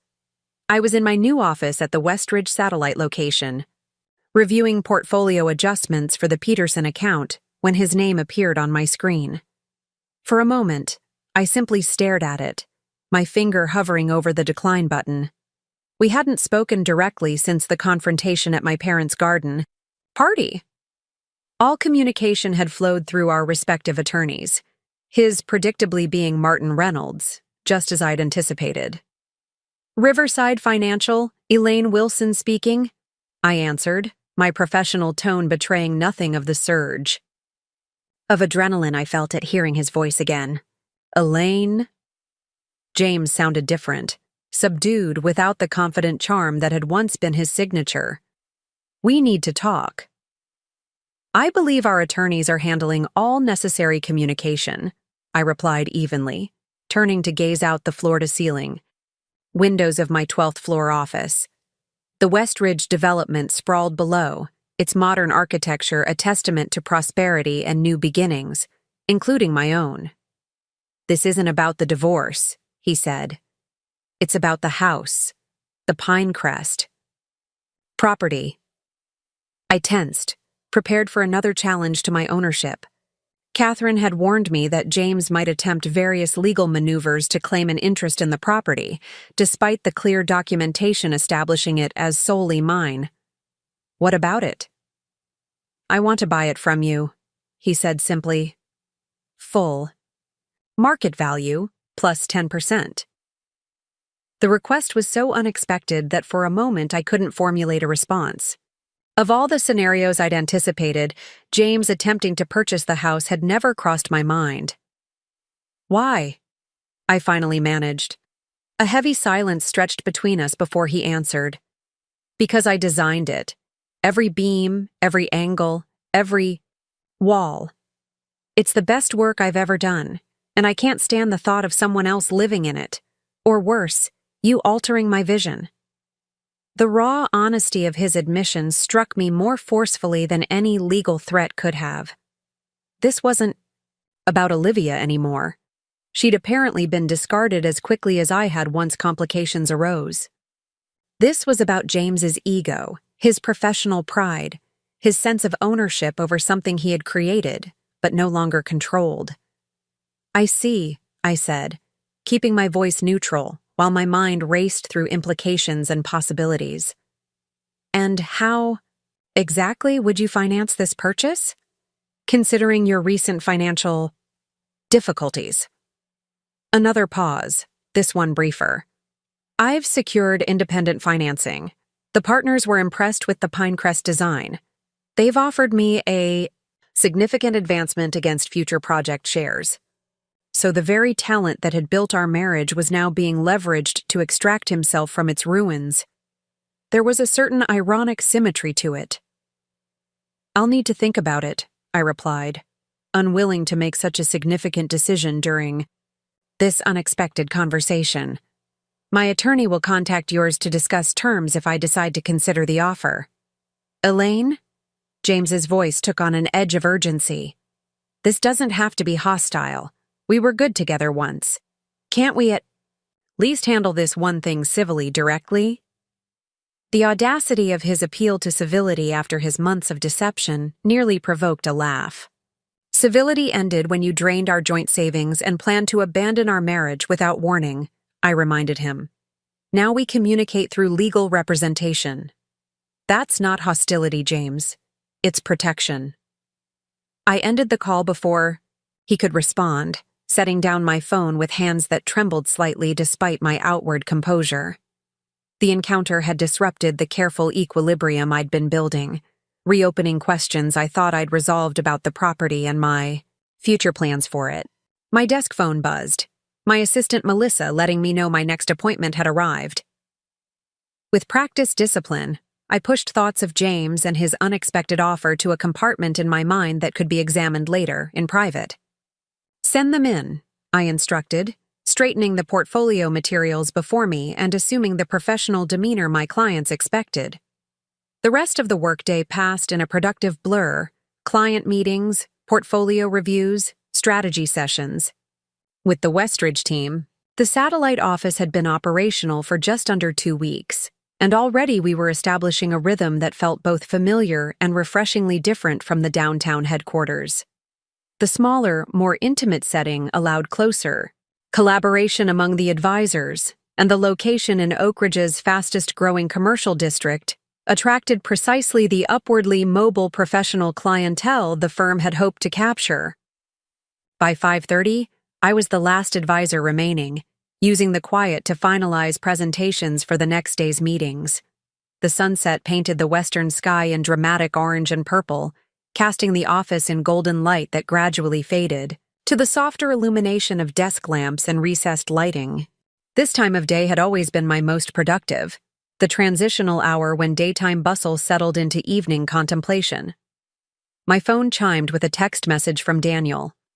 Family dinner at Mom and Dad's tonight, 7:30, no excuses accepted. Followed immediately by another. Mom's making her lasagna, the good kind with extra cheese. I smiled despite the fatigue settling over me. My family had been a constant presence since the confrontation, checking in daily, inviting me to dinners, stopping by the townhouse with thinly veiled excuses to ensure I wasn't drowning in solitude or self-pity. Their concern was touching, if occasionally smothering. I'll be there, I texted back, bringing wine. The family dinner ritual had taken on new significance in the weeks following my separation from James. No longer obligatory social gatherings. To maintain appearances of familial harmony, they had transformed into genuine sanctuaries, spaces where I could momentarily set aside the practical and professional concerns of rebuilding my life and simply exist as a daughter, a sister, and aunt to Daniel's children. I arrived at my parents' Victorian precisely at 7:30, bottle of Italian red in hand, to find the usual organized chaos of a Mitchell family gathering in full swing. My father was in his favorite armchair, 7-year-old nephew Ben on his lap, as they examined what appeared to be rock specimens from Ben's latest science project. My mother moved between kitchen and dining room with practiced efficiency, while Daniel and Rachel set the table amid good-natured bickering about the proper placement of water glasses. Aunt Elaine! 4-year-old Sophie spotted me first, abandoning her coloring book to launch herself into my arms with the unrestrained enthusiasm only preschoolers can muster. I lost a tooth! See? She opened her mouth wide, displaying the gap where her lower incisor had been. Wow, I exclaimed with appropriate amazement. Did the tooth fairy come? Yes, she left me $5, Sophie reported triumphantly. The domestic economy of tooth-to-cash exchange rates, having apparently experienced significant inflation since my childhood. That's a very generous fairy, I commented, making eye contact with Rachel over Sophie's head. My sister-in-law rolled, her eyes with a smile that acknowledged parental indulgence. Elaine, perfect timing, my mother called from the kitchen doorway. Can you help with the salad? And taste the dressing? I tried a new recipe. The familiar routine enveloped me like a well-worn sweater, comfortable, expected, reassuring, in its predictability. For the next hour, we moved through the choreography of family dinner, serving food, complimenting the chef, sharing anecdotes from our days, gently teasing each other about long-standing family jokes and foibles. It wasn't until the children had been excused to watch a movie in the den that the conversation shifted to more adult concerns. "How's the new office?" my father asked, refilling wine glasses around the table. "Westridge seems to be booming. Almost it's exceeding projections," I confirmed. "We've already onboarded 15 new clients since opening, and the development continues to attract exactly the demographic we're targeting. And it's far enough from downtown that you don't have to worry about uncomfortable encounters," Daniel added, the unspoken name of Olivia hanging in the air. I nodded, grateful as always for my family's tacit understanding of the emotional landmines scattered throughout my professional landscape. Distance has its advantages. "Speaking of distance," my mother began carefully, "Margaret Wilson called me today." The mention of James's mother immediately shifted the atmosphere around the table. While I'd maintained that his parents weren't responsible for his actions, the reality of maintaining relationships with in-laws during divorce was inevitably complicated, especially given the public nature of our separation. "Oh?" I kept my tone neutral. "How is she?" "Struggling," my mother admitted. "She asked about you, whether you're doing well. She seems genuinely concerned." "That's kind of her," I said, meaning it despite the awkwardness. Margaret had always treated me like a daughter, not just a daughter-in-law. The loss of that relationship was another casualty of James's betrayal that I hadn't fully processed. "She also mentioned," my mother continued even more carefully, "that James has been asking about the Pinecrest house, whether you might consider selling it to him." I set down my wine glass with deliberate control. "He called me directly about that today, actually." "He what?" Daniel's protective instincts flared immediately. "That violates the agreement to communicate through attorneys." "It does," I acknowledged. "Though technically he can claim it. Was a business inquiry rather than a divorce matter." "What did you tell him?" Rachel asked. "That I'd think about it and any communication would go through proper channels." I paused, considering whether to share the full complexity of my reaction to James's offer. My family had been unfailingly supportive, but they also held strong opinions about how I should proceed with the divorce, generally favoring approaches that maximized James's discomfort and minimized his claims to shared assets. "Are you actually considering it?" My father's question cut to the heart of the matter, his economist's mind likely already calculating the financial implications. "I don't know," I admitted, surprising myself with the candor. From a purely financial perspective, his offer is excellent. Market value plus 10% for a property that isn't even completed yet. In this economic climate, that's significant. "But it's not just about money," my mother observed quietly. "No," I agreed. "It's also about—" I struggled to articulate the conflicting emotions James's offer had stirred. "Principle, I suppose. About not letting him have what he wants after everything he's done." "Spite is a perfectly valid reason to make a financial decision," Daniel declared, raising his glass in a mock toast that earned him a reproving look from Rachel. "It's not spite exactly," I tried to explain. "It's more that selling him the house feels like conceding something, even if I profit financially." "Or," Rachel suggested gently, "perhaps keeping a house you never intended to live in alone is holding on to something that might be better released." My sister-in-law's insight cut closer to the truth than I'd been willing to acknowledge to myself. The Pinecrest house had been designed for the family James and I had planned to create together. Spacious rooms for children we'd discussed having, a home office suite for 2 professionals, entertaining spaces for the social life we'd cultivated as a couple. Even before discovering his betrayal, I'd experienced occasional doubts about whether the house truly reflected my personal tastes or merely James's architectural vision with my pragmatic adjustments. "You don't have to decide immediately," my father reminded me. "The property isn't going anywhere." "Actually, that's not entirely true," I corrected him. "The development has a completion deadline for the initial phase. If I'm going to sell, sooner would be better than later to avoid potential complications with the homeowners association and developer requirements." Always the practical one. My mother smiled, though her eyes remained concerned. "But Robert's right. You have time to consider what's best for you, not just financially but emotionally. This house represents more than just square footage and design elements." The conversation shifted to other topics: Ben's upcoming science fair, my father's post-retirement consulting work, Rachel's promotion at the security firm, but James's offer lingered in my thoughts throughout the evening. By the time I declined dessert and prepared to leave, pleading early client meetings the next morning, I had reached at least a tentative decision. "I'm going to have Catherine draft a conditional acceptance of James's offer," I told my family as we gathered in the front hall, "with significant stipulations that protect my interests and acknowledge the unusual circumstances." Daniel looked ready to object, but Rachel placed a restraining hand on his arm.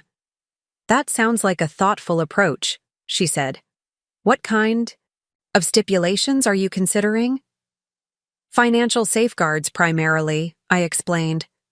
"Verification of his funding source, substantial non-refundable deposit, accelerated closing timeline, and a personal one. I want a formal acknowledgement that I had sole legal right to the property, not for public disclosure, but for my own peace of mind. I need him to explicitly recognize that this is a purchase, not a reclamation of something that was rightfully his." My father nodded approvingly. "Protecting both your financial and emotional interests. Wise." "Are you sure about this, Elaine?" Daniel asked, his concern evident. "You fought so hard to keep that house from him." "I fought to keep him from taking it as part of his exit strategy with Olivia," I clarified. "That circumstance has changed. Now it's a business transaction that happens to benefit me financially while removing a complicated asset from my portfolio." "And removing a complicated emotional symbol from your life," my mother added perceptively. I smiled, acknowledging the truth in her observation. That, too. The drive back to my townhouse gave me time to further consider the implications of my decision. Selling the Pinecrest property to James would certainly generate considerable profit, providing capital for a new investment more aligned with my current circumstances. It would also eliminate the constant reminder of our shared plans and his betrayal. Yet some part of me still resisted surrendering the house I'd legally secured through careful planning and quick action. Dr. Abernathy, the therapist I'd been seeing weekly since the separation, would likely identify this as an attachment not to the house itself, but to the victory it represented. Tangible proof that I'd outmaneuvered James when he'd attempted to deceive me. Letting go of the property might require letting go of that narrative as well, moving from righteous vindication toward something more complex and ultimately more healing. By the time I reached home, I'd composed a mental outline of the email I would send Catherine in the morning, authorizing her to draft a conditional acceptance of James's offer with the stipulations I'd described to my family. The decision felt right. A strategic retreat that would ultimately advance my true objectives of financial security and emotional recovery. The townhouse was dark when I entered, having left in too much of a hurry that morning to program the lighting system James had insisted on installing last year. I moved through familiar spaces by memory, and the ambient glow of streetlights through uncovered windows, not bothering to illuminate rooms I wouldn't use before bed. In the kitchen, I filled a glass with water and leaned against the counter, considering the empty space where James's pretentious espresso machine had once dominated the countertop. I'd never particularly liked the complicated device, preferring a simple French press for my morning coffee, but had accepted its presence as one of the many compromises that constituted married life. Now, with each passing day, I was rediscovering preferences and habits I'd gradually suppressed to accommodate James's stronger personality. Some were trivial, leaving shoes by the door, sleeping with the bedroom window cracked even in winter, using colorful coffee mugs instead of the precision-matched white set James had insisted upon. Others were more significant, reconnecting with friends he'd subtly discouraged, considering a professional certification program he'd dismissed as unnecessary, exploring mindfulness practices he'd characterized as New Age nonsense. The cumulative effect was both liberating and disorienting, like stepping out of a costume I'd worn so long I'd forgotten it wasn't my own skin. Who was Elaine Wilson without James? What did she truly want from her career, her home, her relationships?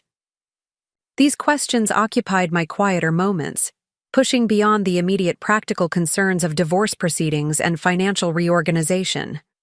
My phone chimed with an email notification, Catherine responding to a question I'd sent earlier, about division of retirement assets. Even at 9:30 p.m., my attorney remained diligently attentive to my case, a commitment that justified her considerable hourly rate. I scanned her response, noting with satisfaction her strategic approach to countering James's latest settlement proposal. Another notification followed immediately, this one from the security system at the Pinecrest property, alerting me to motion detected at the front entrance. I'd had cameras installed after securing sole ownership, a precaution Catherine had recommended given the contentious circumstances of the separation. I opened the alert, expecting to see a construction worker or property inspector making a late visit.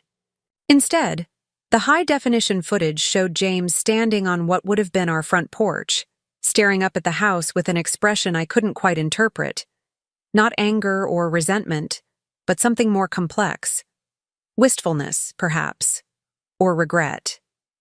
He held what appeared to be architectural plans, occasionally glancing down at them before looking back at the partially completed structure.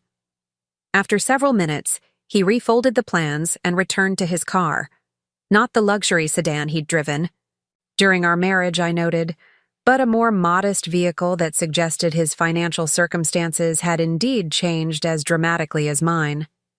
The footage disturbed me more than I wanted to admit. Seeing James at the house, alone rather than with Olivia, studying his own designs with such evident longing, humanized him in a way that complicated my carefully constructed narrative of villainous betrayal. It reminded me that behind his deception and selfishness was a person with his own dreams and disappointments, his own version of our shared story. Dr. Abernathy had encouraged me to move toward this more nuanced understanding, suggesting that perpetuating a simplistic villain narrative ultimately impeded my own healing. "You don't have to forgive him," she'd said during our last session, "but recognizing his humanity, flawed and hurtful as it's been, allows you to release some of the anger that's binding you to this pain." I closed the security alert, deciding not to mention James's visit to Catherine. It violated no legal restrictions, represented no threat to the property, and ultimately changed nothing about my decision to sell him the house. If anything, it confirmed that his desire to purchase it stemmed from genuine attachment to his architectural creation, rather than some complicated scheme involving Olivia. As I prepared for bed, following my own preferred evening routine rather than the elaborate skincare regimen James had encouraged, I reflected on the strange new terrain I was navigating. For 7 years, my identity had been increasingly defined by my relationship with James, my choices subtly shaped by his preferences and expectations. Now I was rediscovering myself, not as the naive young woman I'd been before meeting him, but as someone tempered by experience, wiser about human nature, more protective of my autonomy. The following morning, I sent the authorized email to Catherine outlining my conditions for accepting James's offer on the Pinecrest property. Her response came within hours, approving my approach and promising to draft appropriate documents by the end of the week.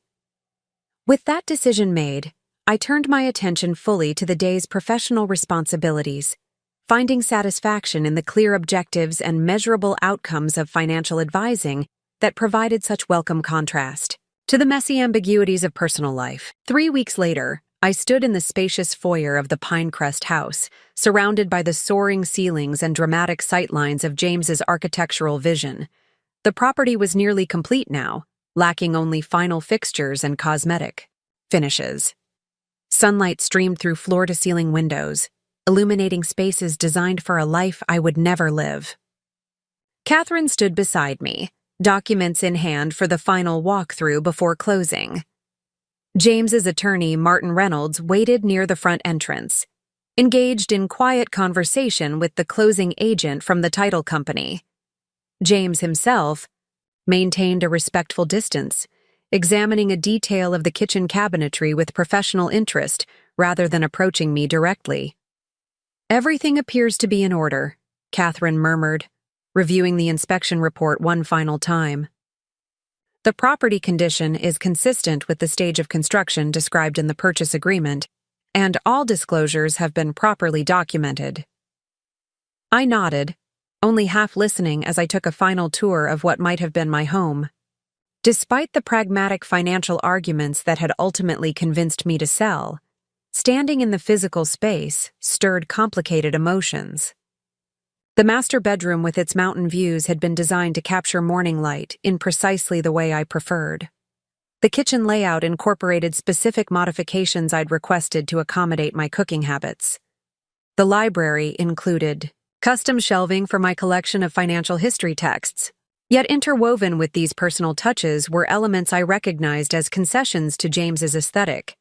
The ultra-modern fixtures I'd found cold but accepted to please him, the open-concept design that prioritized impression over intimacy, the elaborate home theater system I'd never wanted, but he'd insisted was essential for a house of this caliber. "Elaine?" Catherine's voice drew me back to the present moment. "They're ready for signatures if you are." I rejoined the group gathered around a makeshift table in what would have been the dining room. James looked up as I approached, his expression carefully neutral, but his eyes conveying something more complex. Relief, perhaps, or gratitude. "I've reviewed all documents," Martin announced with the brisk efficiency that had characterized all our interactions. "Everything is in order on our side."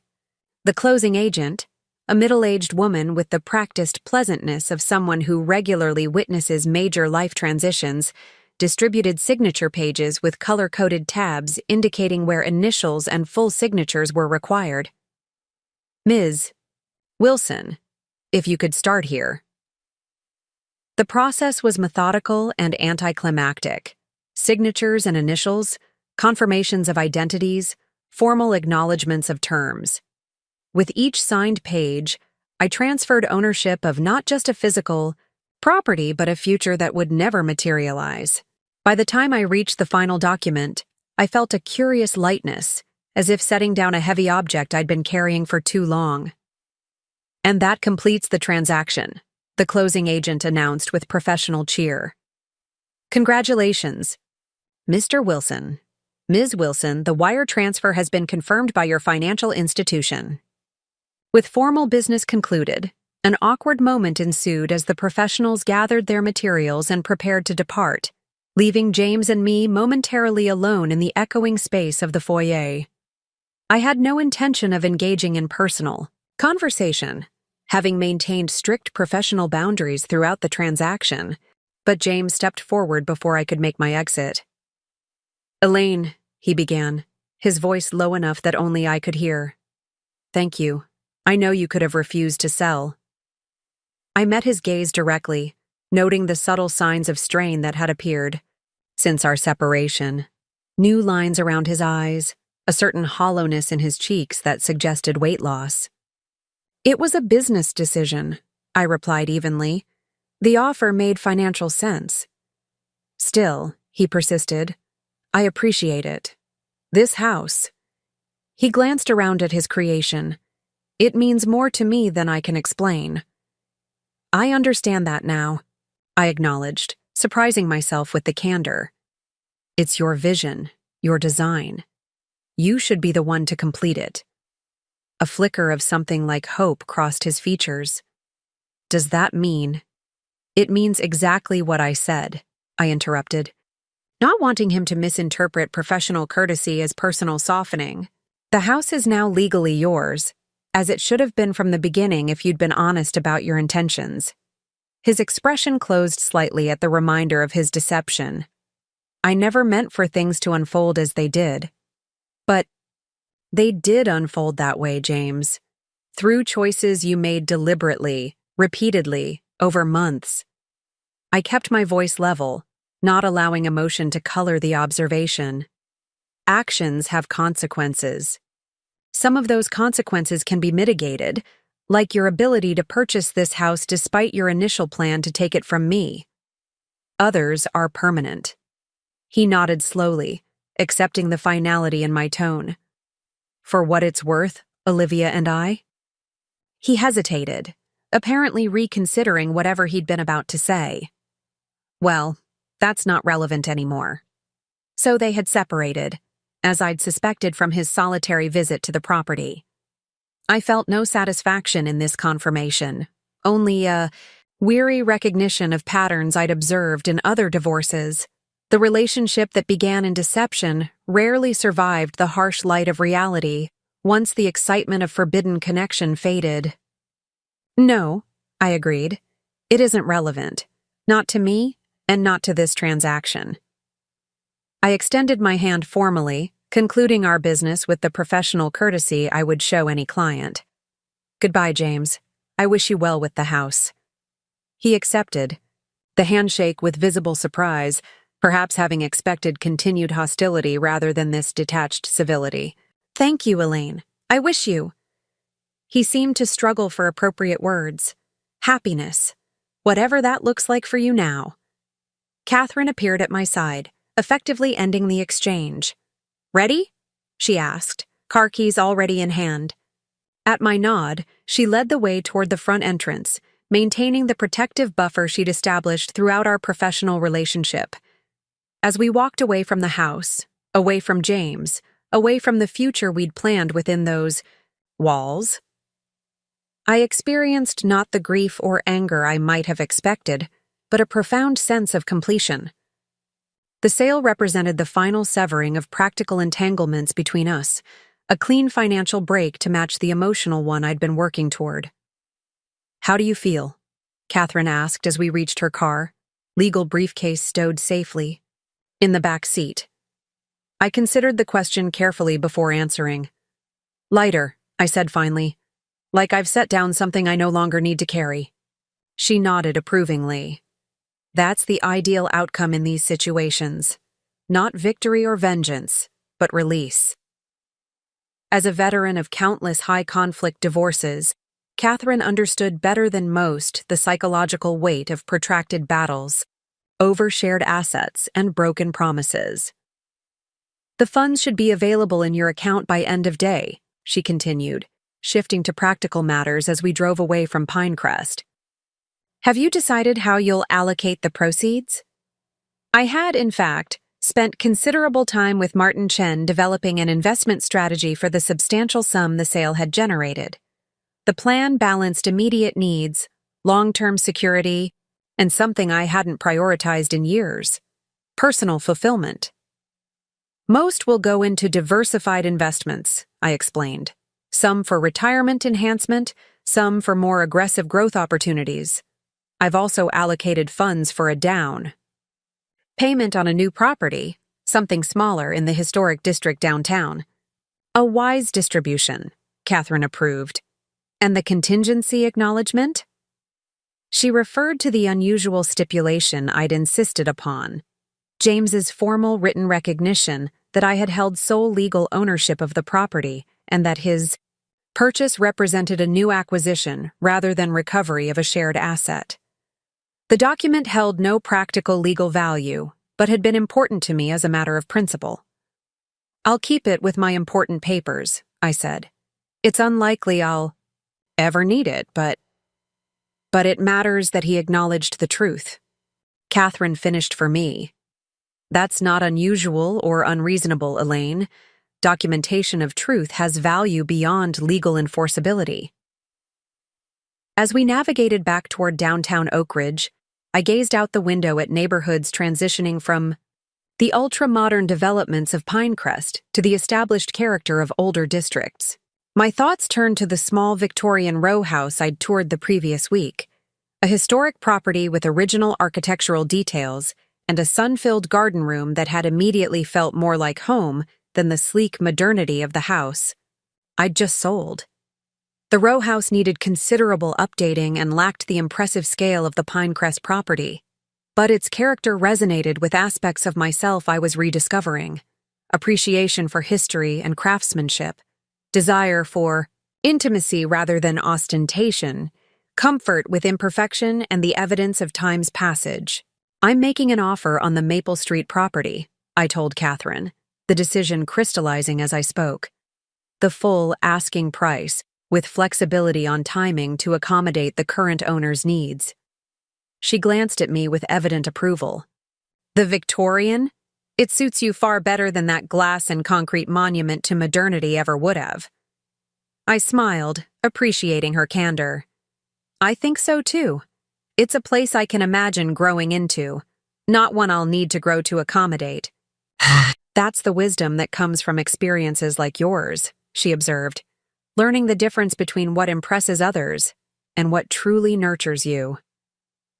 As we reached downtown, the familiar skyline of Oak Ridge rising against the afternoon sky, I felt a surge of anticipation that had nothing to do with the professional achievements or social status that had once defined my goals. The future stretching before me, uncertain but authentically mine, offered possibilities I was only beginning to imagine. The sale of the Pinecrest house hadn't just generated financial capital, it had created space for a different kind of investment in myself, in my redefined values, in a life designed around my genuine preferences rather than compromises that had gradually eroded my sense of self. James had his architectural monument, built according to his vision, but emptied of the relationship that was supposed to fill it. I had something far more valuable: the freedom to create a life that reflected my authentic self, not distorted by someone else's expectations or betrayed by someone else's deception.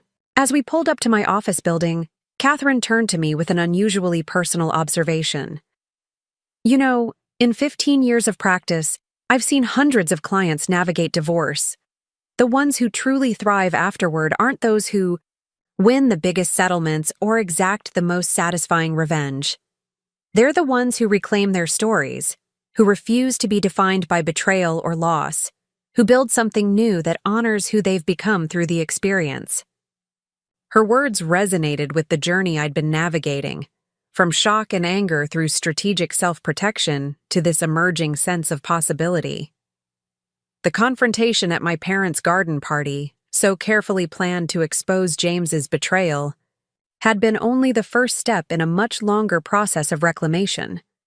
"I'm working on it," I told her with genuine optimism, "one decision at a time." "That's all any of us can do," she replied with a rare smile. "And from where I'm sitting, you're doing it remarkably well." As I stepped out of her car and into the bright afternoon sunlight, I carried with me not just the financial proceeds of the transaction we'd completed, but a renewed conviction that the house James had coveted, the house he'd been willing to deceive and betray me to obtain, had never been the most valuable asset in our shared story. A perfect backdrop for tonight's celebration. The housewarming party was scheduled to begin in 2 hours. My official re-entry into Oak Ridge social life as the newly divorced, professionally thriving, emotionally resilient Elaine Wilson. The guest list included family, colleagues, and friends I'd reconnected with after years of gradual distancing during my marriage to James. "Are you nervous?" Sophia asked, perceptive as always about the undercurrents beneath my composed exterior. I considered the question honestly. "A little," I admitted. "It's the first time many of these people will see me since the divorce was finalized. I know there's been talk." "Of course there's been talk," Sophia shrugged, practical as always. People love drama, especially when it involves someone as put together as you, publicly unraveling a cheating spouse's deception. But anyone who matters knows you've handled everything with remarkable grace. Grace might be an overstatement. I smiled, remembering the very public confrontation at my father's retirement party. Strategic vengeance, perhaps. Justifiable consequences, Sophia corrected, raising her glass in a toast. To new beginnings in old houses. To foundations that last, I countered, clinking my glass against hers and taking a moment to appreciate how far I'd come in the past 9 months. The divorce had been finalized 4 months earlier, with surprisingly little conflict once the Pinecrest property was removed from contention. James had been fair, even generous, in the division of our remaining assets, perhaps out of guilt, or perhaps recognizing that protracted legal battles would benefit neither of us. We had no children to consider, no family business to untangle, just the accumulated detritus of 7 years together to sort and separate. My professional life had blossomed at the Westridge office, my client roster expanding as my reputation for steady guidance through volatile markets grew.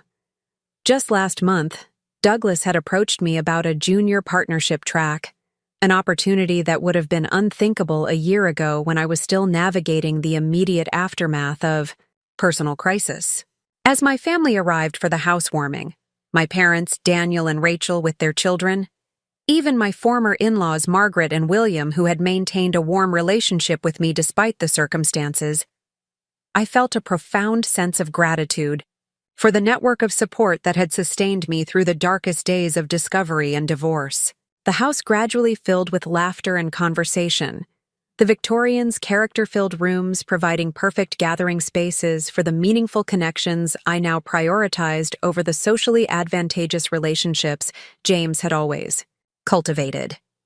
Each guest who admired a carefully restored feature or commented on the warmth of the space affirmed that this home, unlike the Pinecrest property, truly reflected who I was rather than who someone else wanted me to be. Elaine, a familiar voice called from the entryway late in the evening. I turned to find Greg, Natalie's husband, standing somewhat awkwardly with an envelope in hand. "Greg," I greeted him with surprise. "Natalie mentioned you were traveling for work." "I was," he confirmed, shifting slightly. "Got back early. Listen, there's something you should probably know." He lowered his voice, glancing around to ensure privacy. "James is engaged to someone from the architectural firm, Charlotte Miller." The news landed with surprising gentleness, like an expected letter finally arriving after its contents have already been anticipated and processed. "I see," I said simply. "That seems rather quick." 4 months, Greg confirmed. "Natalie didn't want to tell you tonight. Thought it might spoil your housewarming, but I figured you'd rather hear it from family than through gossip." I appreciated his consideration, though the information itself created barely a ripple in my emotional landscape. "Thank you for telling me, and you're right. Better to hear it directly." After Greg rejoined the party, I took a moment alone in the kitchen, assessing my reaction to James's news. 9 months ago, this would have devastated me. Now I felt only mild curiosity about the woman who would occupy the Pinecrest house with him, completing the vision he'd designed for a different future. "Everything okay?" Sophia appeared in the doorway, her intuition for emotional undercurrents as reliable as ever. "James is engaged," I informed her, keeping my voice neutral, "to someone from his firm." Sophia's eyebrows shot up in surprise. "Well, that was fast. Are you all right?" "Yes," I said after careful consideration. "I genuinely am. It's like hearing news about a distant acquaintance. Interesting information, but not personally significant." "That's healthy," Sophia observed, studying me for signs of hidden distress, and apparently finding none. "Though I wouldn't judge you if you felt like breaking something." I laughed, appreciating her unwavering support. "I've done enough breaking and rebuilding this year. I'm ready for the construction phase of life, rather than the demolition." As the evening continued, I moved through rooms filled with people who had witnessed my journey from betrayal to rebuilding, each conversation affirming that the connections that truly mattered had not only survived, but strengthened through the crisis. My parents beamed with evident pride at my resilience. Daniel raised a quiet toast to my epic comeback, and even Margaret Wilson embraced me with genuine affection, our relationship having evolved into something new but still valuable. By midnight, as the last guests departed and I began the satisfying process of restoring order to my home, I felt a profound sense of completion. The Victorian house around me, with its solid foundation, carefully preserved character, and thoughtfully updated systems, mirrored my own transformation over the past year. James had his dream house in Pinecrest, built to his exact specifications, and soon to be shared with his new fiancée. I had something infinitely more valuable, a life authentically mine, shaped by conscious choice rather than compromise or convention, rich with connections that had withstood the ultimate test of crisis. The husband who spent our savings on his girlfriend had inadvertently given me something priceless: the opportunity to discover who I truly was beyond the constraints of a relationship that had gradually diminished rather than enhanced my authentic self. The dream house he'd coveted had become the instrument of my financial security and his eventual accountability. Standing in the quiet of my living room after everyone had gone, I gazed at the fireplace I'd uncovered beneath layers of modern drywall, a hidden gem from the home's original construction, now restored to its proper place as the heart of the space. Like that fireplace, my authentic self had been gradually covered over during years of marriage to James, my preferences and passions layered beneath compromises that eventually obscured who I truly was. The process of restoration, both of the house and of myself, had been laborious and at times painful, requiring careful removal of accumulated damage, assessment of structural integrity, and patient rebuilding with materials that honored original character while ensuring future stability. But the result was something far more valuable than the sleek modernity of the Pinecrest house had ever been. A home that reflected genuine history, embraced imperfection as evidence of resilience, and created space for authentic connection, rather than impressive display. As I extinguished lights and prepared for the evening's end, I caught my reflection in the antique mirror I'd rescued from an estate sale and lovingly restored. The woman who gazed back appeared simultaneously familiar and transformed, like the Victorian house itself, original character preserved while structural improvements created something more solid and sustainable. The dream house had never really been the point. The true prize was the life I now claimed as exclusively, authentically mine, built on a foundation of self-knowledge that no betrayal could ever again undermine. Up next, you've got 2 more standout stories right on your screen. If this one hit the mark, you won't want to pass these up. Just click and check them out.